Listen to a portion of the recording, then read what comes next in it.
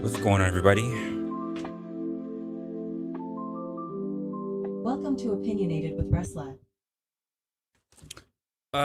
What's going on, everybody? What is going on? Sorry, I had some little weird technical things, but we're in there. We're in it now. I've got things that are loud that have no business being loud. I've got things that's going on in all kind of different areas. Let's see what we can sort out. Anyway, what's going on, everybody? What's going on? Welcome back. Welcome back. Of course, on the episode of Opinionated with yours truly. I am your host. I am your guy, Resla. Hopefully that you guys are actually having a good one. Whew. Um,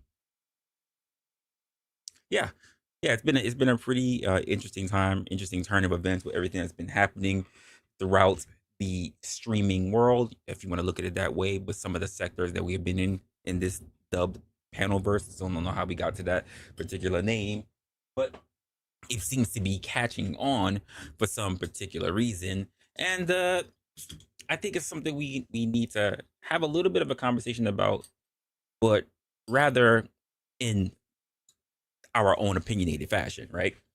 So first and foremost, I know a lot of you guys, well, not a lot, but let me just say some of you guys are here because of some of the most recent drama surrounding particular content creators in the space. Normally with that's been taking place in the area of the Las Vegas trip that yours truly was also a part of. And I think it really came down to me having this kind of conversation and just really have a big talk about the what exactly life is about and the kind of things that we have to talk about when it comes to life, right? There are things that I do and there are things that I don't wish to mention, and for obvious reasons. Uh, for one, let me just get it out the way. 'Cause I know some of you guys are already interested. You guys kind of want a little bit of tea, but quite frankly, this you already know how I am. You guys already know how I am for a little bit now, and know that I don't really engage in gossip and drama. This is a discussion channel that we have. It mainly hinges around critical thoughts, self development, even just a little bit of growth, right? So I want people to understand that I know that many people have questions about the events that took place on the latest trip to Vegas. And there are some questions that are pretty much are going to be going back and forth. For the record, for the record, I I do not intend to talk about anything that really went on in Vegas, that falls outside of really what I've done personally. Because now I'm even thinking about I shouldn't say anything at all because it affects other parties, and I don't really want to say anything without first having them express their own viewpoints. The major players, nothing really concerns me, and I don't want to put out other people's opinions. So you already know it's not a gossip channel, and I'm not the kind of person who likes to gossip, especially if anything being publicly. Yes, for you guys who have actually seen it, you have witnessed that Mel Pandora has released a community post on her channel after hearing about the temporary resignation from Resto Chesto as being her content manager. If you don't know what I'm talking about, you can go to Mel Pandora's page. um, I'll probably have to remember to put that in the description or anything. But you can go to Mel Pandora's page to check out exactly what was written. Once again, there are details about the trips that I will not be speaking about until announcements from other parties have been made to confirm or deny any questions or claims that have arrived. I know I know some of you are really just here for the gossip, you're here for the tea. But I think this is something we have to remember, that these are still human beings. These are still human beings at the end of the days, with real friendships, real bonds that ties together. And I want to honor them. I want to honor them. I want to show respect to them. I know you guys, there are some of you guys that absolutely don't care about respect. You just care about disrespect. I care about respect. You guys have known that I am a person that I'm very high when it comes to it, to holding on to integrity, not just for the integrity of myself, but the integrity for others. So don't even bother trying to read into this statement. Um, there's nothing to infer. I thought about this really thoroughly. So with that said, let's get a little bit into the episode itself. But before we do so, guys, we are it's customary that we of course like to thank the people who have already walked into the building. We had Carpenter's Journey is already up in here. CJ, I appreciate you for being up in the building. The panel verse Bloodsport Debate Network is up in here. Appreciate that. 10th man came up in here. So up started at the beginning time. Yeah, normally I would have a little bit of a talk, a hook before I really dived into it, but I figured a lot of people are going to be coming in and they're going to have a lot of things that they want to um, talk about or get off their chest. True Keys is up in here. Appreciate you. Appreciate you. Just Wimbles. What's going on? What's going on? Oh, my God. Marathon Kev. What's going on? Justin Thompson's up in here. Said this and good evening to you as well. Miss Raven is up in here. So hi Resla. Hello, hello, darling. You got Peace Dynamos up in here. The hardest and sometimes the compromise around. I hear you. I hear you. I hear you. And of course, cousin Lawrence is up in here. What's good? What's good? Zyrax. Hey, what's going on? What's going on, Zyrax? Crazy mama. Whew. We keep running into all these people, don't we? We keep getting invited into all the inner circles and all the parties, don't we, crazy mama? That's crazy. So James, the purpose of sharing personal information in public for here's the thing. It's not I don't think it's therapeutic for people. A lot of people just want to just be honest, they want to get warm. They just want to get warm and put their hands close to the dumpster fire or a car crash or someone else's misery. They're like, this feels warm, don't it? But it doesn't involve their life, their ruin, their misery, so they're okay with it. And they're just like, oh well, the flames are dying. Let's go somewhere else. Well, we can see another. I heard there's another car crash over here. We're gonna go there, not realizing the kind of misery and the kind of pain and the kind of seeds that are left behind, the ashes that are left behind, and whether we can even recover anything from the ashes. I think a lot of people who are interested in the gossip and the burning down of someone's livelihood or someone's lifestyle, they don't ever think about trying to help someone reclaim what was already burned down. They just move on to the next fire. So that's the issue that I have with a lot of people. Can't have a superpower and turn into a whore. That doesn't sound like a very good superpower. That just sounds like I'm a beast of burden. I'm a just beast of burden. That does not sound like a superpower to me, sir. All right, let's get a little bit into this. And today's topic, if you haven't seen it, we're talking about life, and it's really what it's about. It's about choices, about trade-offs, and of course, it's about people. It's about the people that we get in that we get along with, people that we actually run across with in a lot of different areas of life. Because let's be honest, you're not going to be able to do anything that doesn't involve anyone else. If there's anyone who wants to be in comfort, the best way to be in comfort is with the help of other people. If you want to move up in a particular position in the world, you can't do that without other people. If you want to become rich or famous or have any notoriety or status, that requires other people in order to have it done. And sometimes it's about really just making the tough calls. Making a tough call that's not to say that anything that let me try that again. I'm totally messing up my own synthesis. Tough calls. When we're making tough calls, not to say that anything is when you know the world is really watching you. When you know the world's really watching you, it's hard to make tough calls, especially when you're on this side of the media. You could say it that way. And like I said, I know a lot of you are here because you're expecting me, your boy, to spill some of the details and diving headfirst into everything that happened in the Las Vegas situation. And you want me to lay it down in a way to put it out on the table and just give everybody else's personal business. But let's get something straight. Just look right now. It's just not what we do here.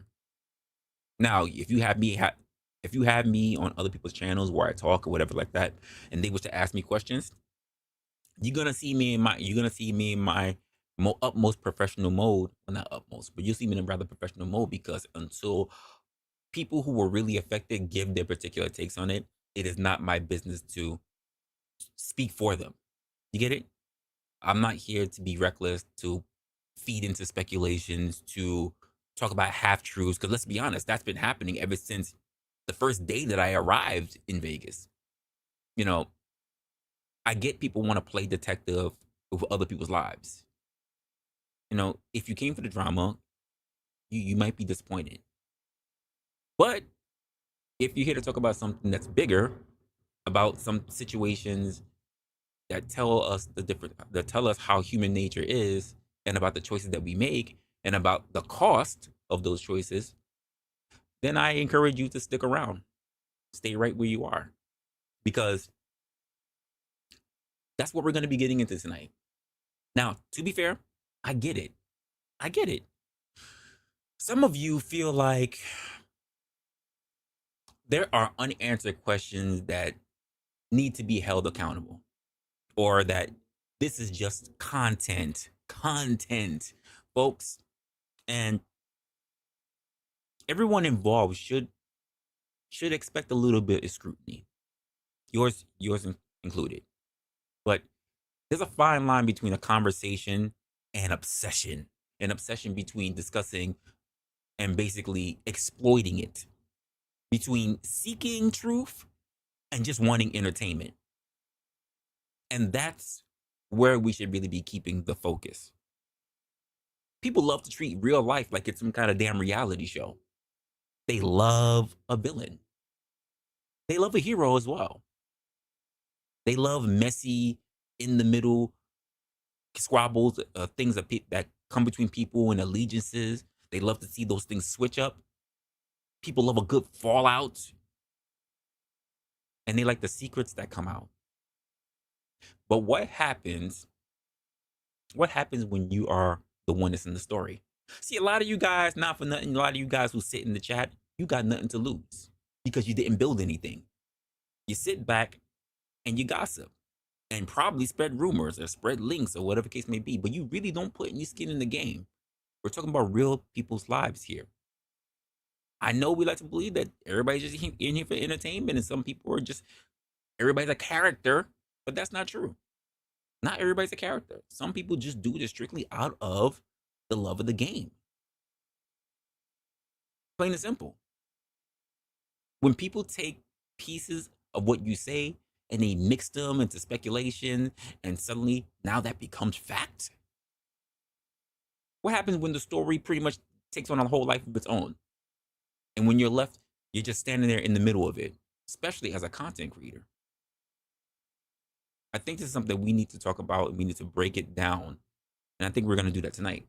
So if you're here to talk, let's talk.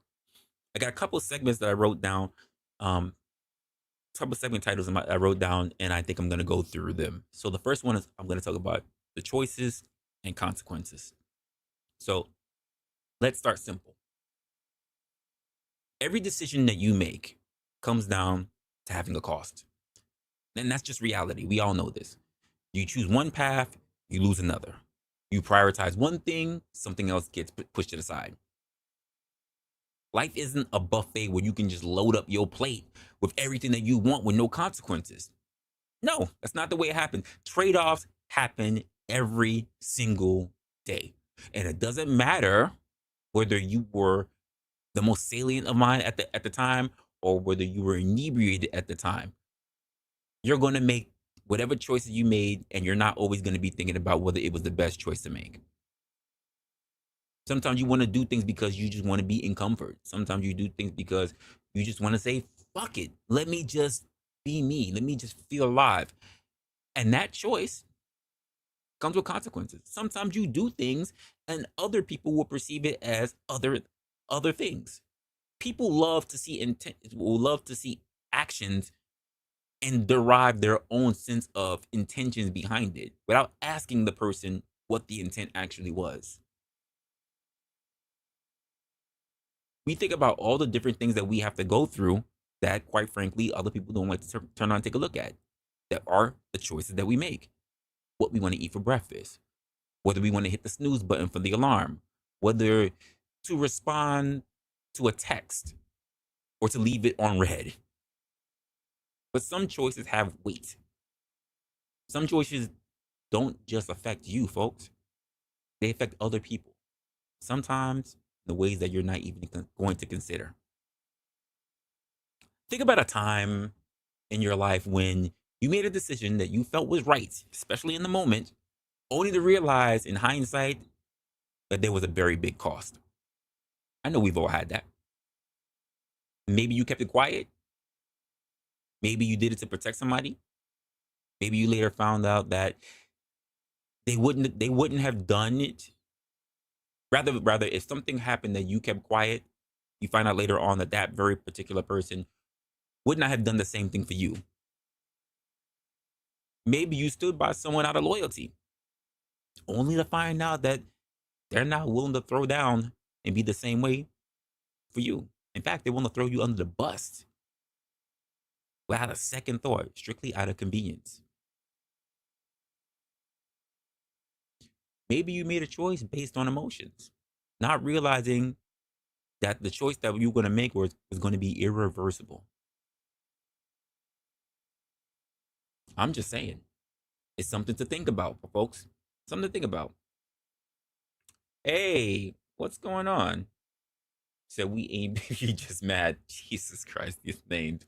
Oh, what's good, Sal? That's crazy. You were. I'm not sure how I can really talk about the trip. I did a little bit of a video post. I did a little video that I did, a little compilation of some of the things, but I'm not really sure what I can talk about right now because events are still unfolding. Big play. What's going on? What's going on?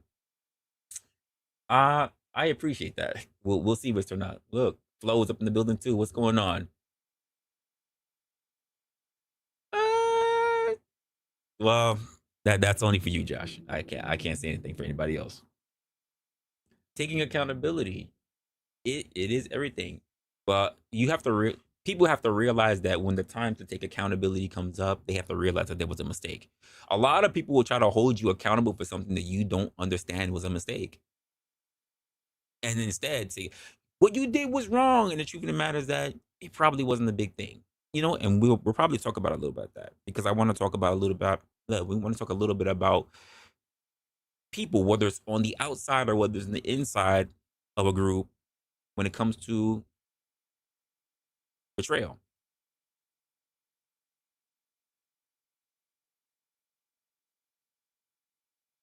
Eh. So people talk about betrayal. And when I hear people talk about betrayal, they talk like it's some big dramatic movement.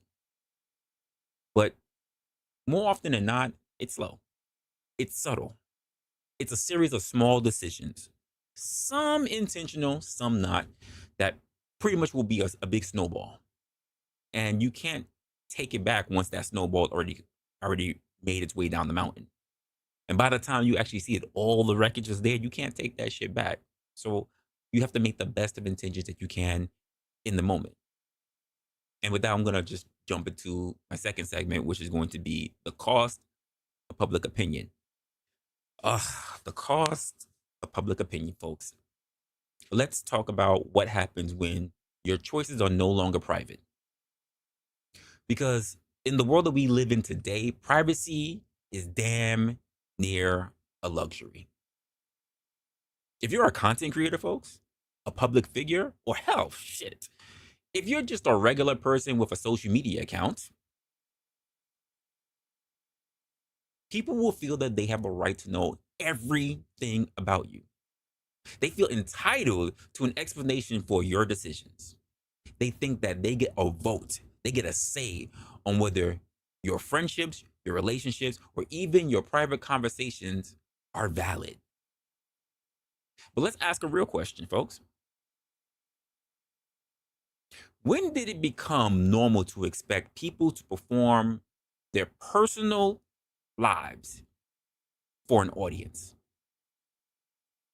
When do we start treating real people like fictional characters that we get to analyze and debate like it's a TV show? When did this start taking effect? The second people think that you've done something shady, the court of public opinion is ready to convict. Ready to convict you before you even get the chance to open your mouth. Let's be honest, folks, they don't even care about the context. Some of them don't even ask. They make up their own. They don't care about the nuance. They don't care about the fact that real life is complicated and messy. And sometimes the truth isn't as black and white as we all want to make it out to be when we know in our own lives that we all live within the gray. Look at how people act, or rather, look at how people react when they think they've caught someone slipping. It's not enough to just disagree with them. It's not enough to say, yeah, that was a mess up. No, that's not what they do. People want to see a spectacle. They want to see you grovel. They want you to be on an apology tour in a way that can only satisfy them and them only. They want you to be humiliated. It's funny, isn't it? Because the same people who say, I hate cancel culture, are the first ones to line up when it's time to tear someone else down. So here's my question for you. At what point does holding someone accountable turn into something else? When does it stop being about truth and start being about entertainment? My question to you guys. Let's see what's going on here in the chat.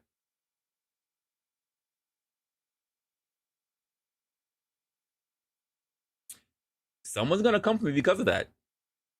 Because quite frankly, if I'm real, that also means I have a lot to give up. It's closer to touch me.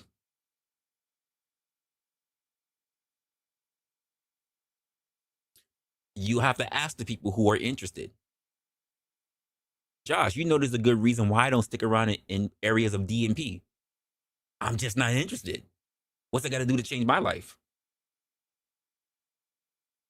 It is. It absolutely is, crazy mama. Let's see. Can you answer deniable or can you? Can you? What will be acceptable enough?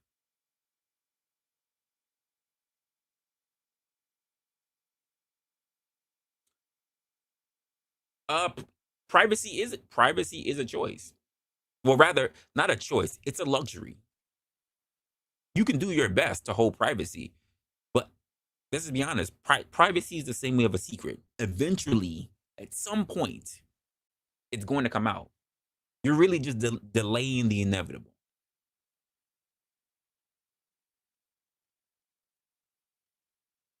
I agree wholeheartedly. But I also will say that a lot of things that you didn't have, you had no part in, could be thrust upon you.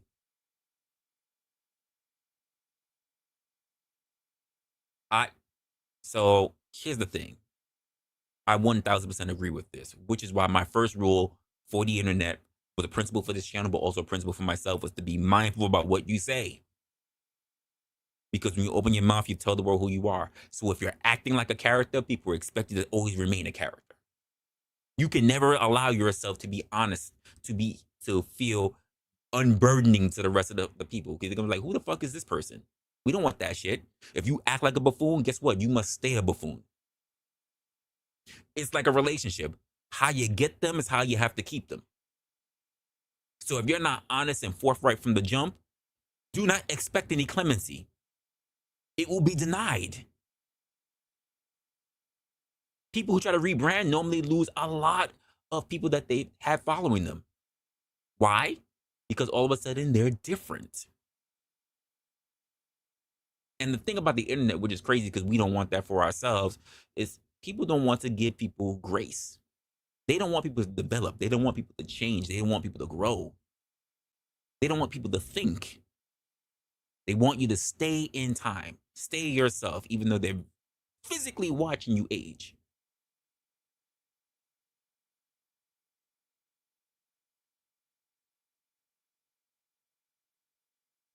Which is why I say this a luxury. But also, not everybody's sitting around with a damn Fed badge, Josh. Not everybody's got access to a database, sir. You just knows he's a motherfucker.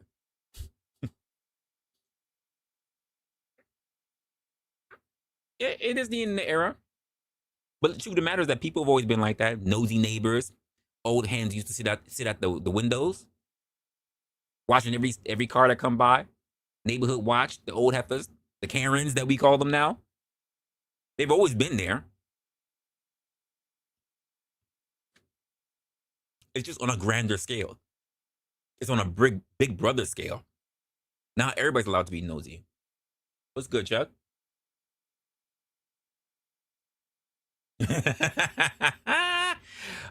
Well, listen, I'm not getting into any of that. That's a that's a that's a narrative. It's a talking thing that's happening right now, and quite frankly, I want to stay out of it. I can only talk about myself and the things that I did, but now I don't even know how much I can say about what I did because there were other people with me. So now I'm like, I gotta protect a couple of things to make sure that even there there are things that are actually safeguarded until more events unfold. Uh, yeah, yeah. Listen, for the most part, I was there for business. Yeah, I had great time with everybody that was there. But keep it a buck. I was there for business. Yeah, exactly. Stay local to issue. Well, unless they get on the phone, they start talking to other friends and families. But yeah, absolutely. Said that part there. I appreciate you, Kev. No, but marriage was your choice, sir. That was your choice.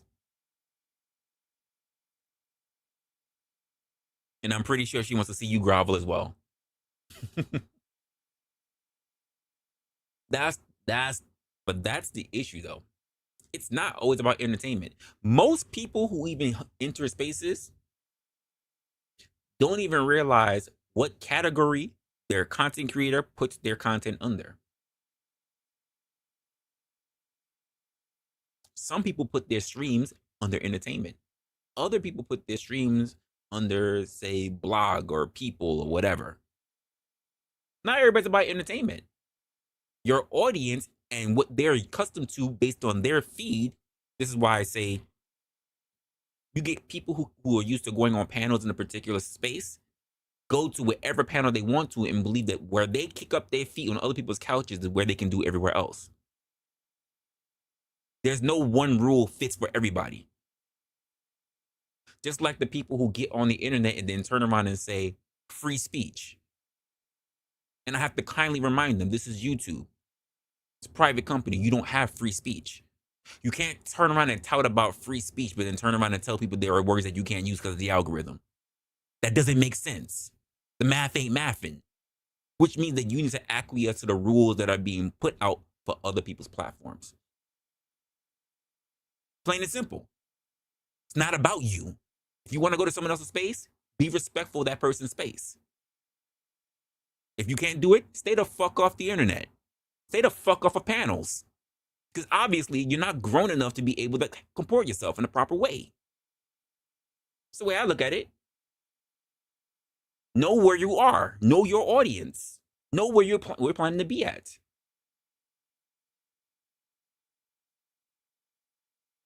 Here's the reason why they should care about their actions. For not having their channels taken down.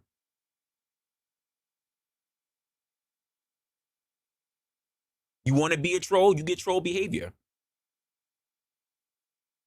You get excommunicado. And also, as content creators, you gotta be okay with showing a motherfucker the door forever. You gotta start having boundaries and principles of your own.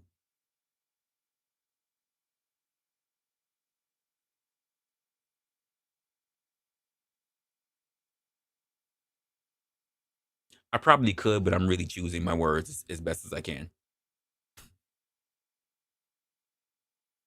It's good vibing. Chris, what's going on?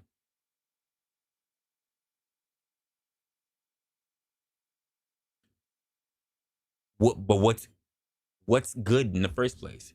Being honest, being honest doesn't mean that you're right, and being honest doesn't mean that you're going to be liked. Which is why, folks, you never hear me say, "I hope that you like me" or "I want you to like me."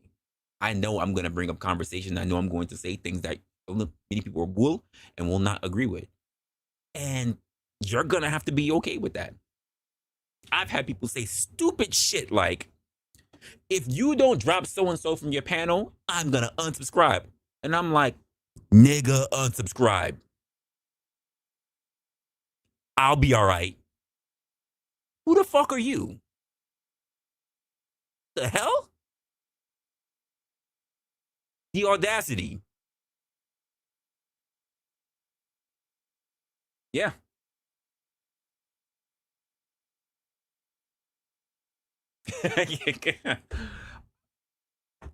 Ah, man. I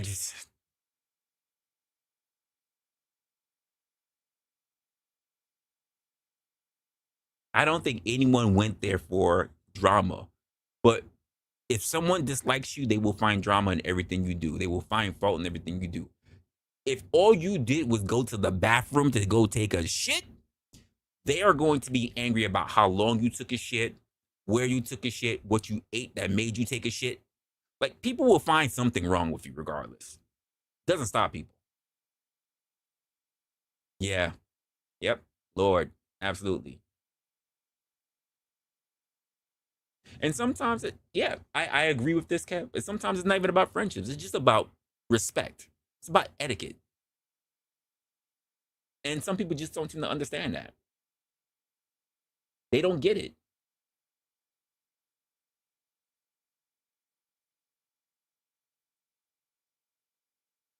I think Vegas on different channels. It's like MTV's Real World. Oh, well, I don't even know about that. It did not feel like that at all. There was no camera crews following me to the bathroom or whatever else, or having a camera shoved in my face the moment I had to wipe my damn eyes. So no, it didn't feel like that at all. I don't know. I don't know. I really wish I could tell you. I know. I don't tell too much truth. I only talk about the things that I feel comfortable about that really revolve around me and me personally. Outside of that, I don't involve other people because why? They didn't sign up for this life. I did. They didn't ask for anything.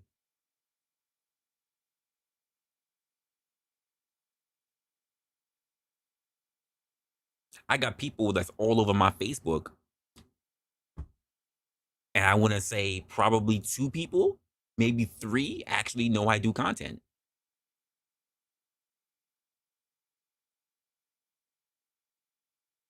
Why was there? I wouldn't think about it. Facebook is a great networking tool. Why wouldn't I not go to Facebook to pull in all those people who can be potential subscribers? Well, for one, because a lot of those people have actually met and known me personally. Some of them have worked with me. Some of them I've been to funerals with. I've been to weddings with. Why wouldn't I do that? They didn't ask for the public limelight that I'm in. Number one, but number two, I know people like just like the people sitting in many people's panels and chats and everything, and also very messy. And they love tea and they love drama, which means that if they know other people who I know publicly, personally, they could start drama for other people. Would I love for them to be able to participate and be a part of what we're growing here? Absolutely. Do I know they can absolutely be on some fuck shit and cause problem with one another? Absolutely. Because just because they're cool with me doesn't mean they're cool with somebody else. Just because they're cool with somebody else doesn't mean they're good with me. Doesn't stop them from wanting to drop knowledge about me or drop knowledge on somebody else or drop dime on what. It's too much. It's too much. No, you can't. You better put them skills to use. You got to force your way on the panel.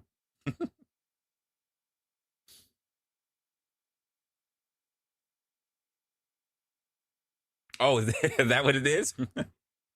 No, it's just principles. Principles that I always hold on to. People want me to talk because I was around. I was around. Marathon Kev was around. A lot of us were around. But there's etiquette. Some things are just not meant for people to say. You said what am I hiding? And what do I need why do I need to hide? I'm on the internet. Why do I need to hide? I've been on people's platforms. I put up my own videos. I'm live right now. Why do I need to hide? The question is, why do I need to talk about other people's business? It's got nothing to do with me. It's got nothing to do with what we do here. And this is the problem with people and their engrossment when it comes to secrets, right? The problem with secrets. Because when it comes to secrecy, we think about the currency of that. We think about what they value in it. We think about the right. People want the right to secrecy in their right hand, but let's be honest, in that same hand, they want to turn around and leverage it. They want to talk about the secrets, that the wrong secrets that they want to hold on to because they want to look at it as a ticking time bomb. And it's crazy. And let's just be honest. Let's be honest, folks. Secrets don't stay secrets for long. Why should I be the one to talk about what other people are uncomfortable about when I could just do this? Same as you and hear the ticking.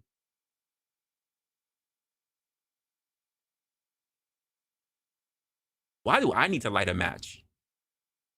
If I respect other people, I'm just gonna keep it to myself. And if I don't respect other people, I'm gonna keep it to myself. Unlike some of you guys, I have no interest in creating enemies.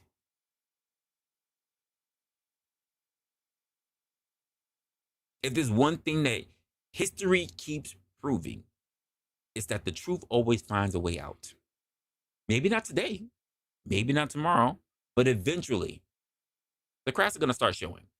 Someone's gonna talk, someone's gonna slip up, and before you know it, what was once hidden is now front page news. So I guess here's the real question. Is it better to get ahead of the truth or to let it come out on its own?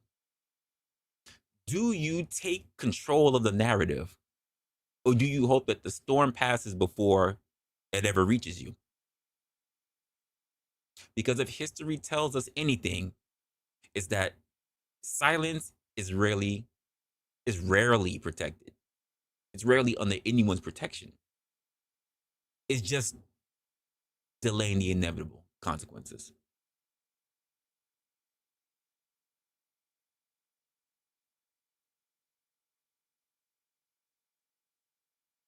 Yeah, but that word clout, it's negative. Unless you always want bullshit and a reason for people to just hate on you, that's exactly what clout is. Clout is rarely ever positive. I don't follow the mantras all attention is good attention, even negative attention. I don't follow that bullshit.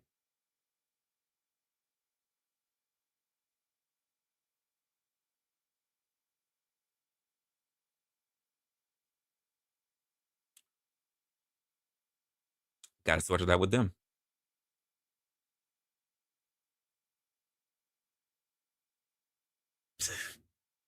That was the first narrative that came out. That was crazy.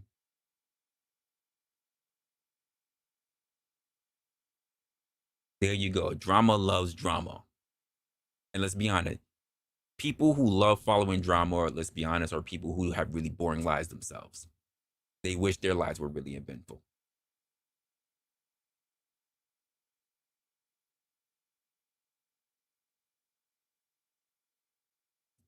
Well, let's see how long. I'll see how long that's gonna last. Can you respect me? Can you respect me when we finally come to a point where we can totally disagree with one another? That's when it's going to matter. That's when it's going to matter. Because people switch up real quick. Not saying you, but that's going to be the test. Can you actively hear something you fundamentally disagree with and will not write that person off altogether? And I've done that with multiple people, many people who I've worked with, who I've coached, who have in my own family. There are things that I do not like about their character, but what I don't do is just write them off as a human being altogether. Are you able to do that? And I don't think people think about it enough. They just immediately, I don't like this about this, what's one thing about this person, throw that entire friendship, that whole relationship with them out into the trash. And this is why I know that you're not ready for personal development and growth. I see that more than anything else, and I think it's sad.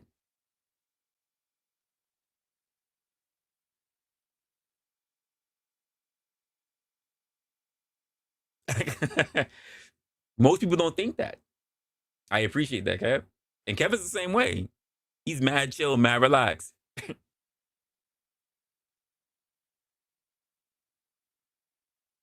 It's something that we need to think about.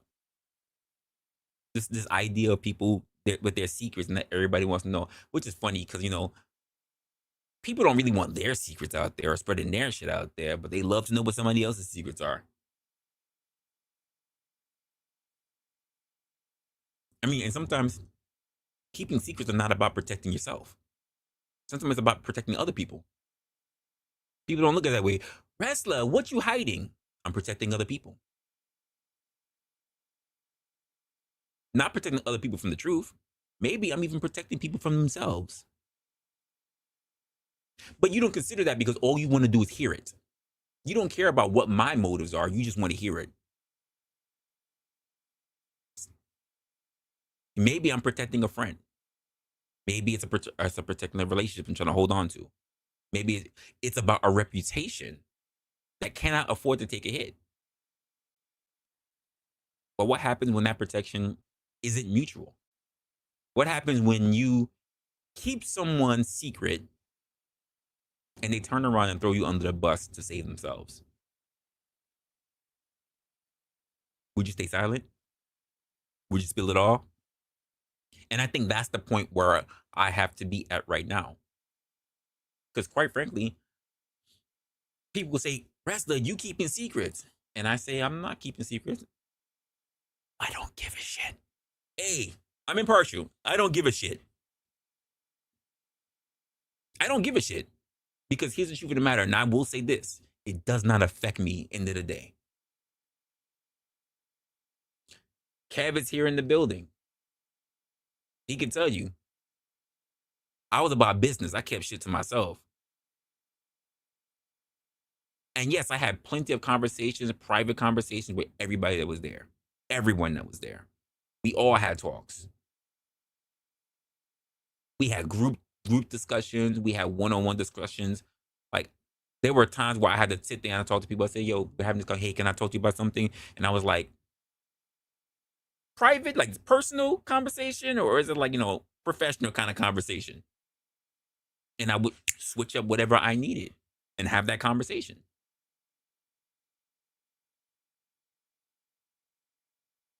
Some people wanted my particular takes on things or my particular advice on things, and other times they just said, yo, I just needed to keep it a buck with me. And I did.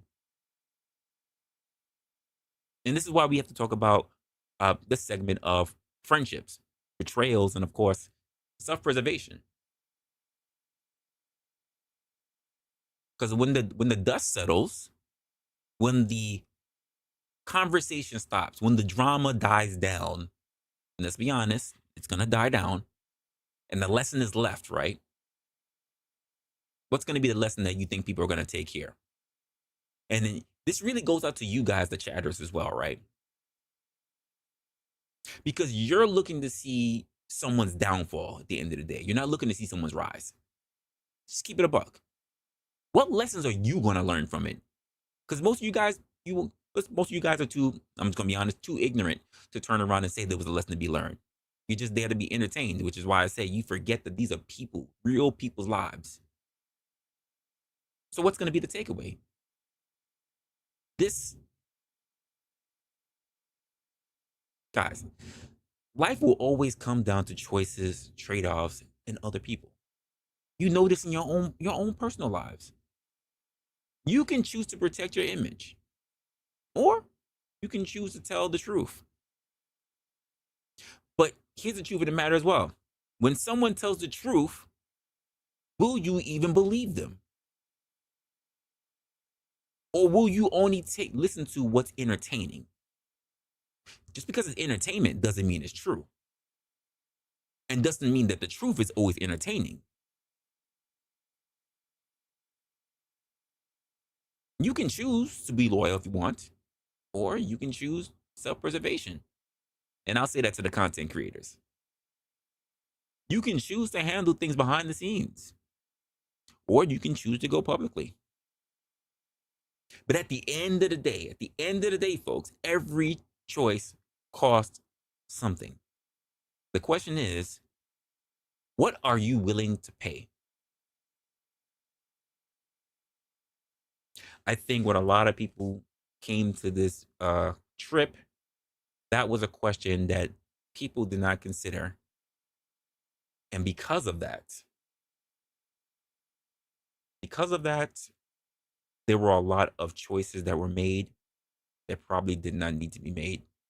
And when they realized what the cost was, it was more than they cared to handle.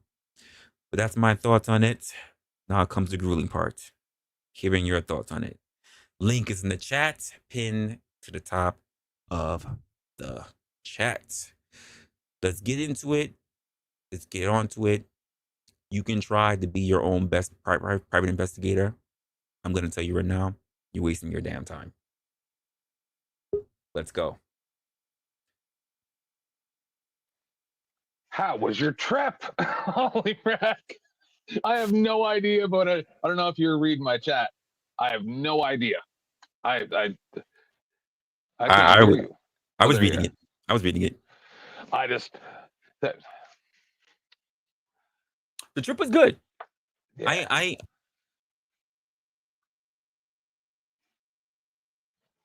don't know if it's my headphones or Knockout. what, because you're Say what? cutting out. Is it just on my side? Chat's gonna have to let me know.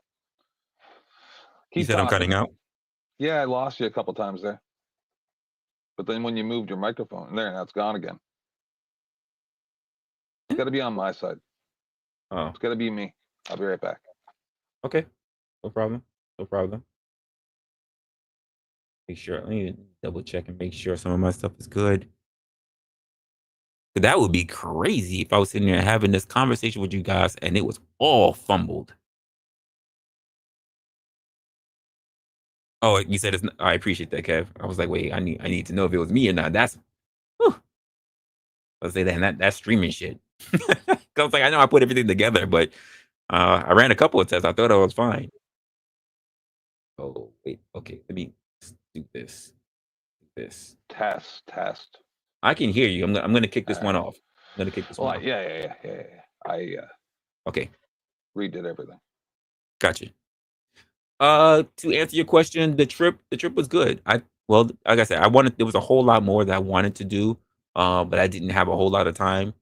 Unlike the rest of the people who were on the trip, I could not schedule myself enough time to be there from day one all the way to the last day. So I covered as many days as possible. But I thought it was a really good trip. I think alone vacations are the best. It was good. A lot of people were pretty much what I expected them to be. They were awesome individuals. Were they people from here? Is that Yeah, they were from content YouTube? creators as well. People who are mods, people who are chatters. Yeah, people with like we saw people like we would see in the chat. Like it was good. But as to what you're talking about, I mean, has anybody approached you about hanging out with me yet? No, Wait till the day. It's just human beings. It says, like I try to tell people that 97% of what I do in real life doesn't go to online, right? People have no idea. I spend a tremendous amount of time talking to the government and all kinds of things that nobody ever knows about because I don't make it public. Because I go for the long troll, right? Like I'm the guy who sets up an email bot that continuously emails an SPCA agent about the stuff that he did for years and years and years until he loses his pension and stuff, right? Like I'm not going to come online and tell people, hey, this is what I'm going to do, right? When I see somebody that does something wrong, I go for the multi-decade troll, right? And as for you said about can I get everything he said in this build? um, Joe Cool can tell you 95% of what I have talked to Joe Cool about offline, I don't talk about online, right? I keep my offline business separate from my online business. Every time I've involved my offline business, which Joe Cool can also tell you about, it ended in disaster for everyone around me, right? Not me, because I don't care. And I told all these people right from day one, I don't care about you. You're not my friend. You're some random people I met on the internet. Do what you do. Come if you don't. I don't care about anything about you. And then for years and years, they're like, you're my friend. But I tell you, other than Joe Cool, for the past 2.5 years after I got, well, and maybe one or two other people on and off, but of all these people that were supposedly my friend, after I got vaccine injured and spent 2 years thinking I was going to die and still am not quite sure, nobody even reached out. Just like you're saying, that to them, we're just characters. But I didn't expect anything from them either. You understand? Yeah. But I'm not the one that said I was their friend. And I told them, as soon as you get a girlfriend or a new job or something else that distracts you from even recognizing that I exist, you'll just disappear. So please don't feed me this line of nonsense because you want to be 10th man's friend. Just please drop the pretenses. Stop it. Yeah. I mean, I don't know. I think that there's definitely a space for a lot of people who want to be genuine. Some people just build platforms because, quite frankly, there wasn't an agenda from the beginning.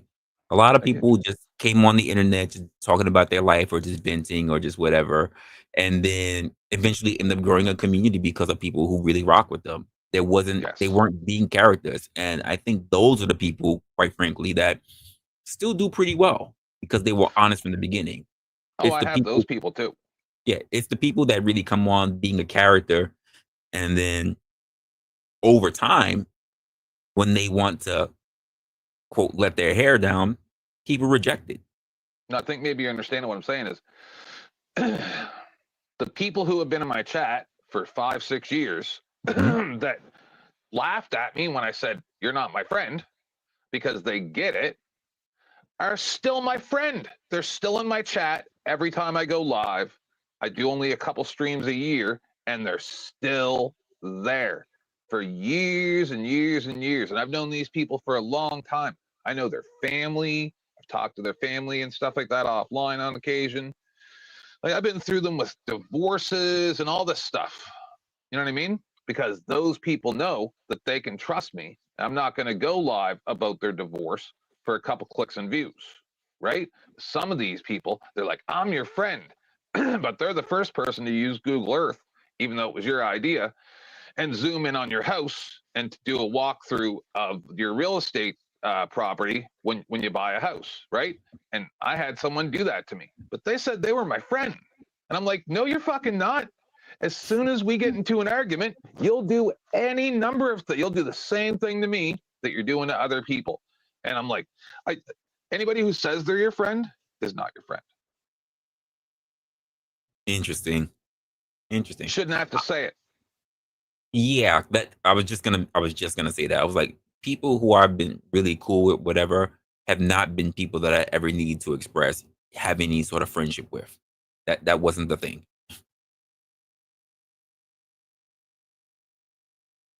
Not at all. But for the most part, I think people who you just align with, I think those are the people that you're just going to be good with. I don't think I really need to. And again, there's a thing about just having etiquette. There's a thing about also being friendly. Just being friendly doesn't mean that you're necessarily friends. I mean, I'm friendly with people who I work with. That doesn't mean that we're friends. I'll tell you this. Free State had a show yesterday or the day before where he had this drunk lady screaming the N-word. And he was playing another video, like they were doing an investigation, was magnificent. And I would rather be that lady's friend than 99% of these people because she's genuine. Yeah, she's a little bit off, but she's genuine. Just saying. See, I agree with Jack Talkout on this one. A lot of people need to confirm the people that they claim as being friends. And it was his panel that we were reviewing. It was Jack Talcott. Love you, Jack Talcott. Man, you are a specimen for being able to handle that nonsense. But you should have kept her on for longer. It was phenomenal. The madness. And Flow State's like, is this a troll? Is she doing this on purpose? How did her flag get situated in the exact same fashion behind her as on her shirt? And that's why I won't communicate with most people unless it's recorded. well, that's interesting. Right? Because I trust people so little. Like when I call the government, I have they're on speakerphone and I have a second phone recording at all times. I've had the police sent to my house multiple times, and I recently figured out that I had made a complaint about a government organization, and I had forgotten and not really tied the two together that it was literally just like 2-3 weeks before I made this complaint to a government organization. Then the police started following me when I left my house. Because of the phone call? It had to be. What else could it be? I've lived here for years. No one's ever bothered me. I've never had any interactions with the police or anything like that. But suddenly I make this complaint, and then just before Christmas, police start following me when I leave my house. It's like, this is interesting. Took me a little while to figure it out because I'm vaccine injured, right? Not as sharp as I used to be. I'm in a lot of pain. So I don't, I try not to be a conspiracy theorist, but I figured it out today. Okay. When I made a few phone calls.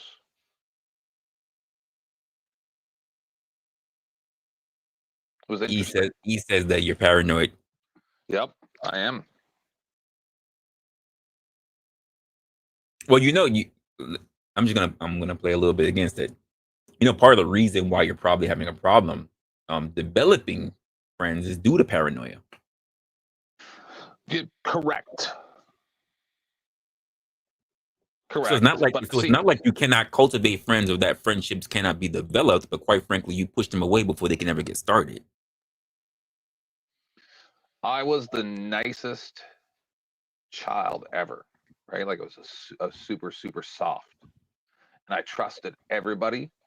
And it harmed me every single time I trusted people. And then now I'm the guy I am. You think that makes you better? Do you think that makes you better off? Makes me safer. From who? Everyone. Who provided danger to you? The government. The government isn't people. Who provided? You said everyone. So we have normal. The government is not everybody. This is not the Matrix. Not everybody's changing into Agent Smiths. Nope. like. Correct. So when we talk about let's just be honest. If you're going outside any day of the week, most of the time you're not running into the government.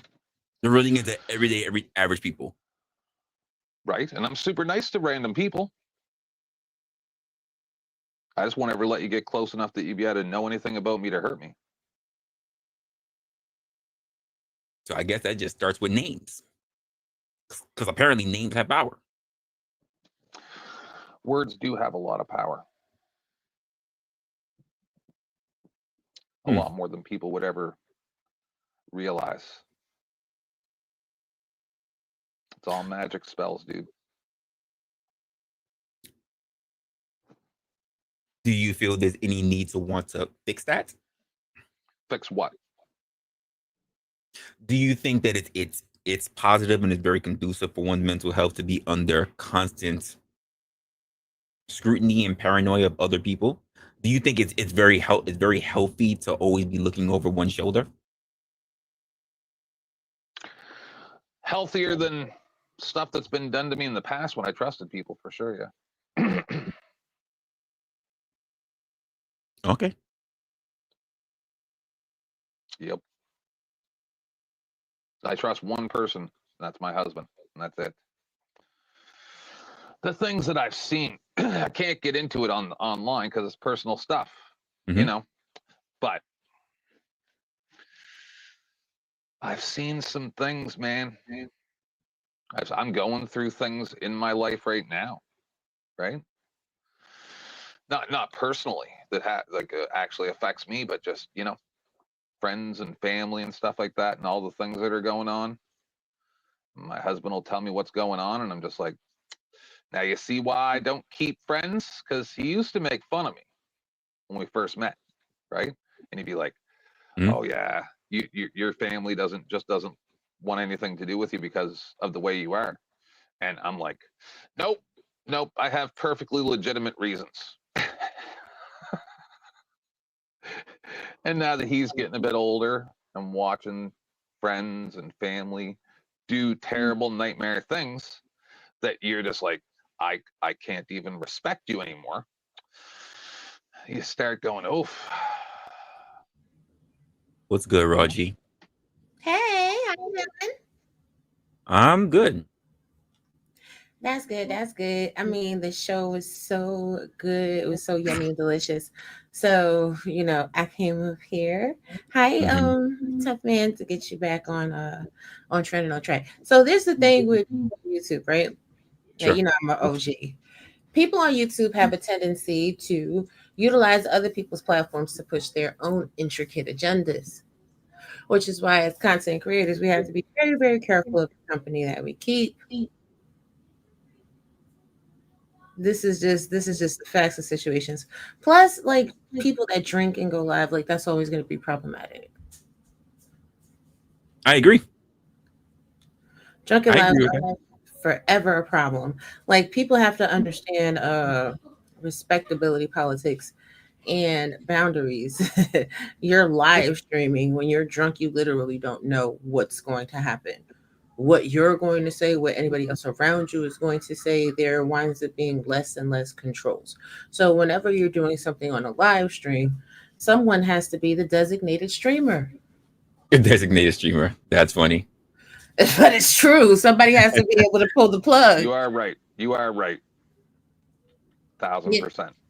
Yeah, like a lot of people do stupid ass shit when they're drunk on live. Like, everything is not for everybody. Every conversation is not for everybody to hear. Everything is not for everybody to see. Unfortunately, we live in a society where everybody thinks that, oh hey, I blew my nose. That's for social media today. What? I wiped my ass. Let me make a whole decorative tray and show everybody all the ass wipings that I did. Nobody cares to see all of that. And I think when people have meetups, things always go astray because one of the quintessential parts of meeting up with people is private time and getting to know who they are. There's a reason that you are interested in getting to know them. So if every moment and every second of every day is streamed, then where is actually the time where you're having quality time and you're getting to know one another?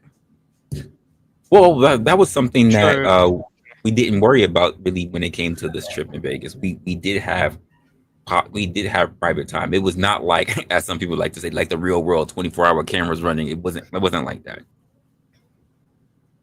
Now, I done did some meetups, honey. Y'all got 3 minutes at best. I think live streaming also is the bane of content creators' existence nowadays.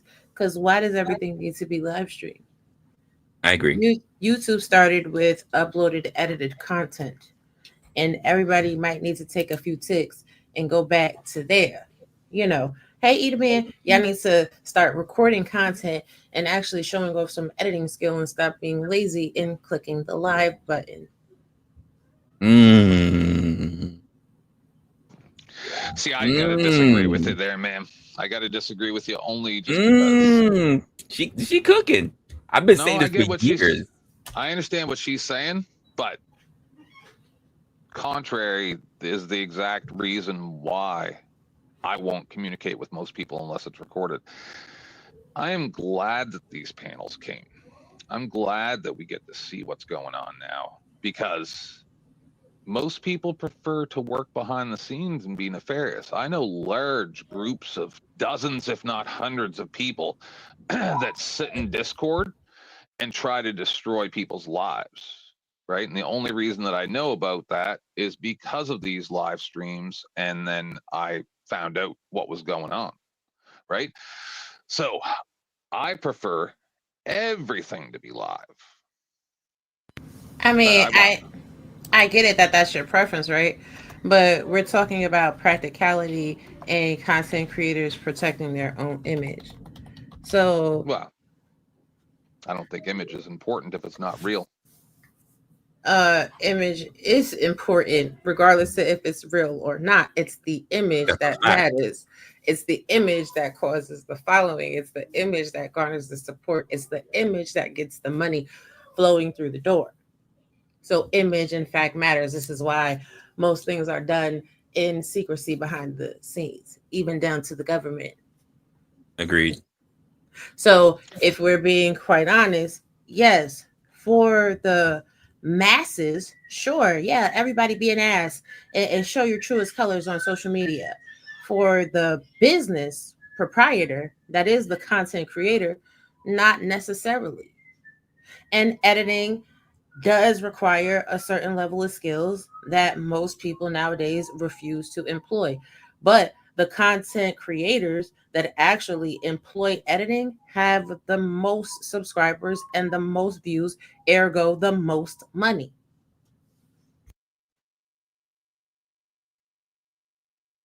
So I was going. So you just said it because I was going to actually kind of disagree with you on this, Cynthia, because most content creators who actually do perform videos and all they edit stuff like that, they create something that's called evergreen content.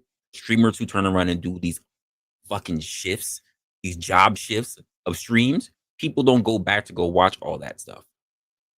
People just look at small clips or things that other people start sharing. They don't go about viewing all of that long form content, that long form stream. But people who do really good videos, they build something called evergreen content, which garners a lot of, regardless of how you look at it, people who make videos, even if they drop a video once a week, twice a week, still garner and hold more subscribers than people who sit there and do streaming all day. So let's be clear for anybody that's thinking about becoming a content creator or is a content creator in the chat. When you're doing your live stream, are you thinking about the replay value? Most movies are a little over an hour 20 minutes max. This is why when they dropped the Matrix was a problem, because the Matrix was 2+ hours and they knew the audience was not going to sit there still in one sitting and watch that long amount of content. This is why YouTube tells you the sweet spot for content creation is 8 to 15 minutes. Like, y'all have no replay value on your live. Whatever the views are at the end of the live, give or take a couple of hundred, depending on if YouTube uploads all of your live stream views at the time your live stream ends. That's it. Ain't nobody coming back and sitting through. Well, not me. Let me not say ain't nobody, but it's a very, very slim minority that is going to sit there and come through and watch an 8-hour live stream, a 6-hour live stream, a 12-hour live stream. Namely, because there's always someone else going live. So, what type of audience do you have? Do you have bots that are just watching your videos just to watch your videos? Do you have lifeless zombies that are just stuck to YouTube like, oh my God, I don't have a job. Oh my God, I don't need to cook any food. Oh my God, I don't need to wash my behind or clean my house. Because if that's your audience, then cool. Those are people that are going to watch you on a loop. Let's be honest, even most of your content creators that you like to follow are not full-time streamers. So they don't have the luxury of sitting there and watching 8 hours, 12 hours of content from someone just to find out if someone said their name or said something interesting. Most people don't have it. And again, that 1K view and 300 views or whatever says nothing compared to a video that has, double, triple the digits of that. And it only is worth 30 minutes, 15 minutes. Wait. Why Joshua said I can list 5 content creators that have 4-time rewatch numbers. Ooh, 5? Do you know how many millions of content creators Facts. are on YouTube? In any genre, you talking about 5 content creators, 5 streamers? Are you Right. kidding me? Because I can name you 50 content creators right now that every single video that they drop, be it a live stream, be it an upload, be it 8 minutes or an hour, they get over 100K. Actually, and most of the content creators that I can name you, they get millions of views. Great example right now. I'll mention one. She's not even live streaming. She just drops a premiere and already killing it. Brett Cooper. William Tennyson. Not even live, not even talking to people. Never goes live. I don't think I've ever seen William Tennyson go live. VAT 19. How many billions and billions of views do they have? Edited content. Mm-hmm. Right. Brad Mondo. Guy Tang. What's that NPC dude? Well, Steak does go live, but there's an NPC dude that does cooking. He doesn't even show his face. August the Duck. Like, come on, let's be for real. I forgot about August the Duck. Yeah, I'm a YouTuber that watches YouTube. You understand what I'm saying? There's content creators out here that are doing it, really doing it. But the live streamers got everybody tripped off. Like even Scammer Payback. Now, Scammer Payback, he gets big numbers, but that's because he's harassing the people that are doing like call-based scammers. And when he goes live stream, he has like almost 10,000 every single time I've turned into his live. But his live stream is also an edited show. He does a lot of shit with green screen. There's a lot of interaction going on with his live stream. Everybody is chasing this money in this bag. Guess what? There was a lot of money to be made during live stream and YouTube during the C-19 situation. That money has dried up. Do you guys understand what the economy is doing now? Y'all better get into editing so that you can have ads like television. Most people that do live streams, their lives are not even eligible to be monetized. They're failing. They're failing because the money is out there. Most of the people who are live streaming are sitting there, let's be honest, just waiting on the donation of the people that's watching them. And there's so much other money that they can be capitalizing on. But they don't network enough to know how to take care of it. I want to dispute what she's saying, but then that's only because I'm personalizing it. And then I'm listening to what she's saying, and she's 1,000% correct. But it depends on what your agenda is.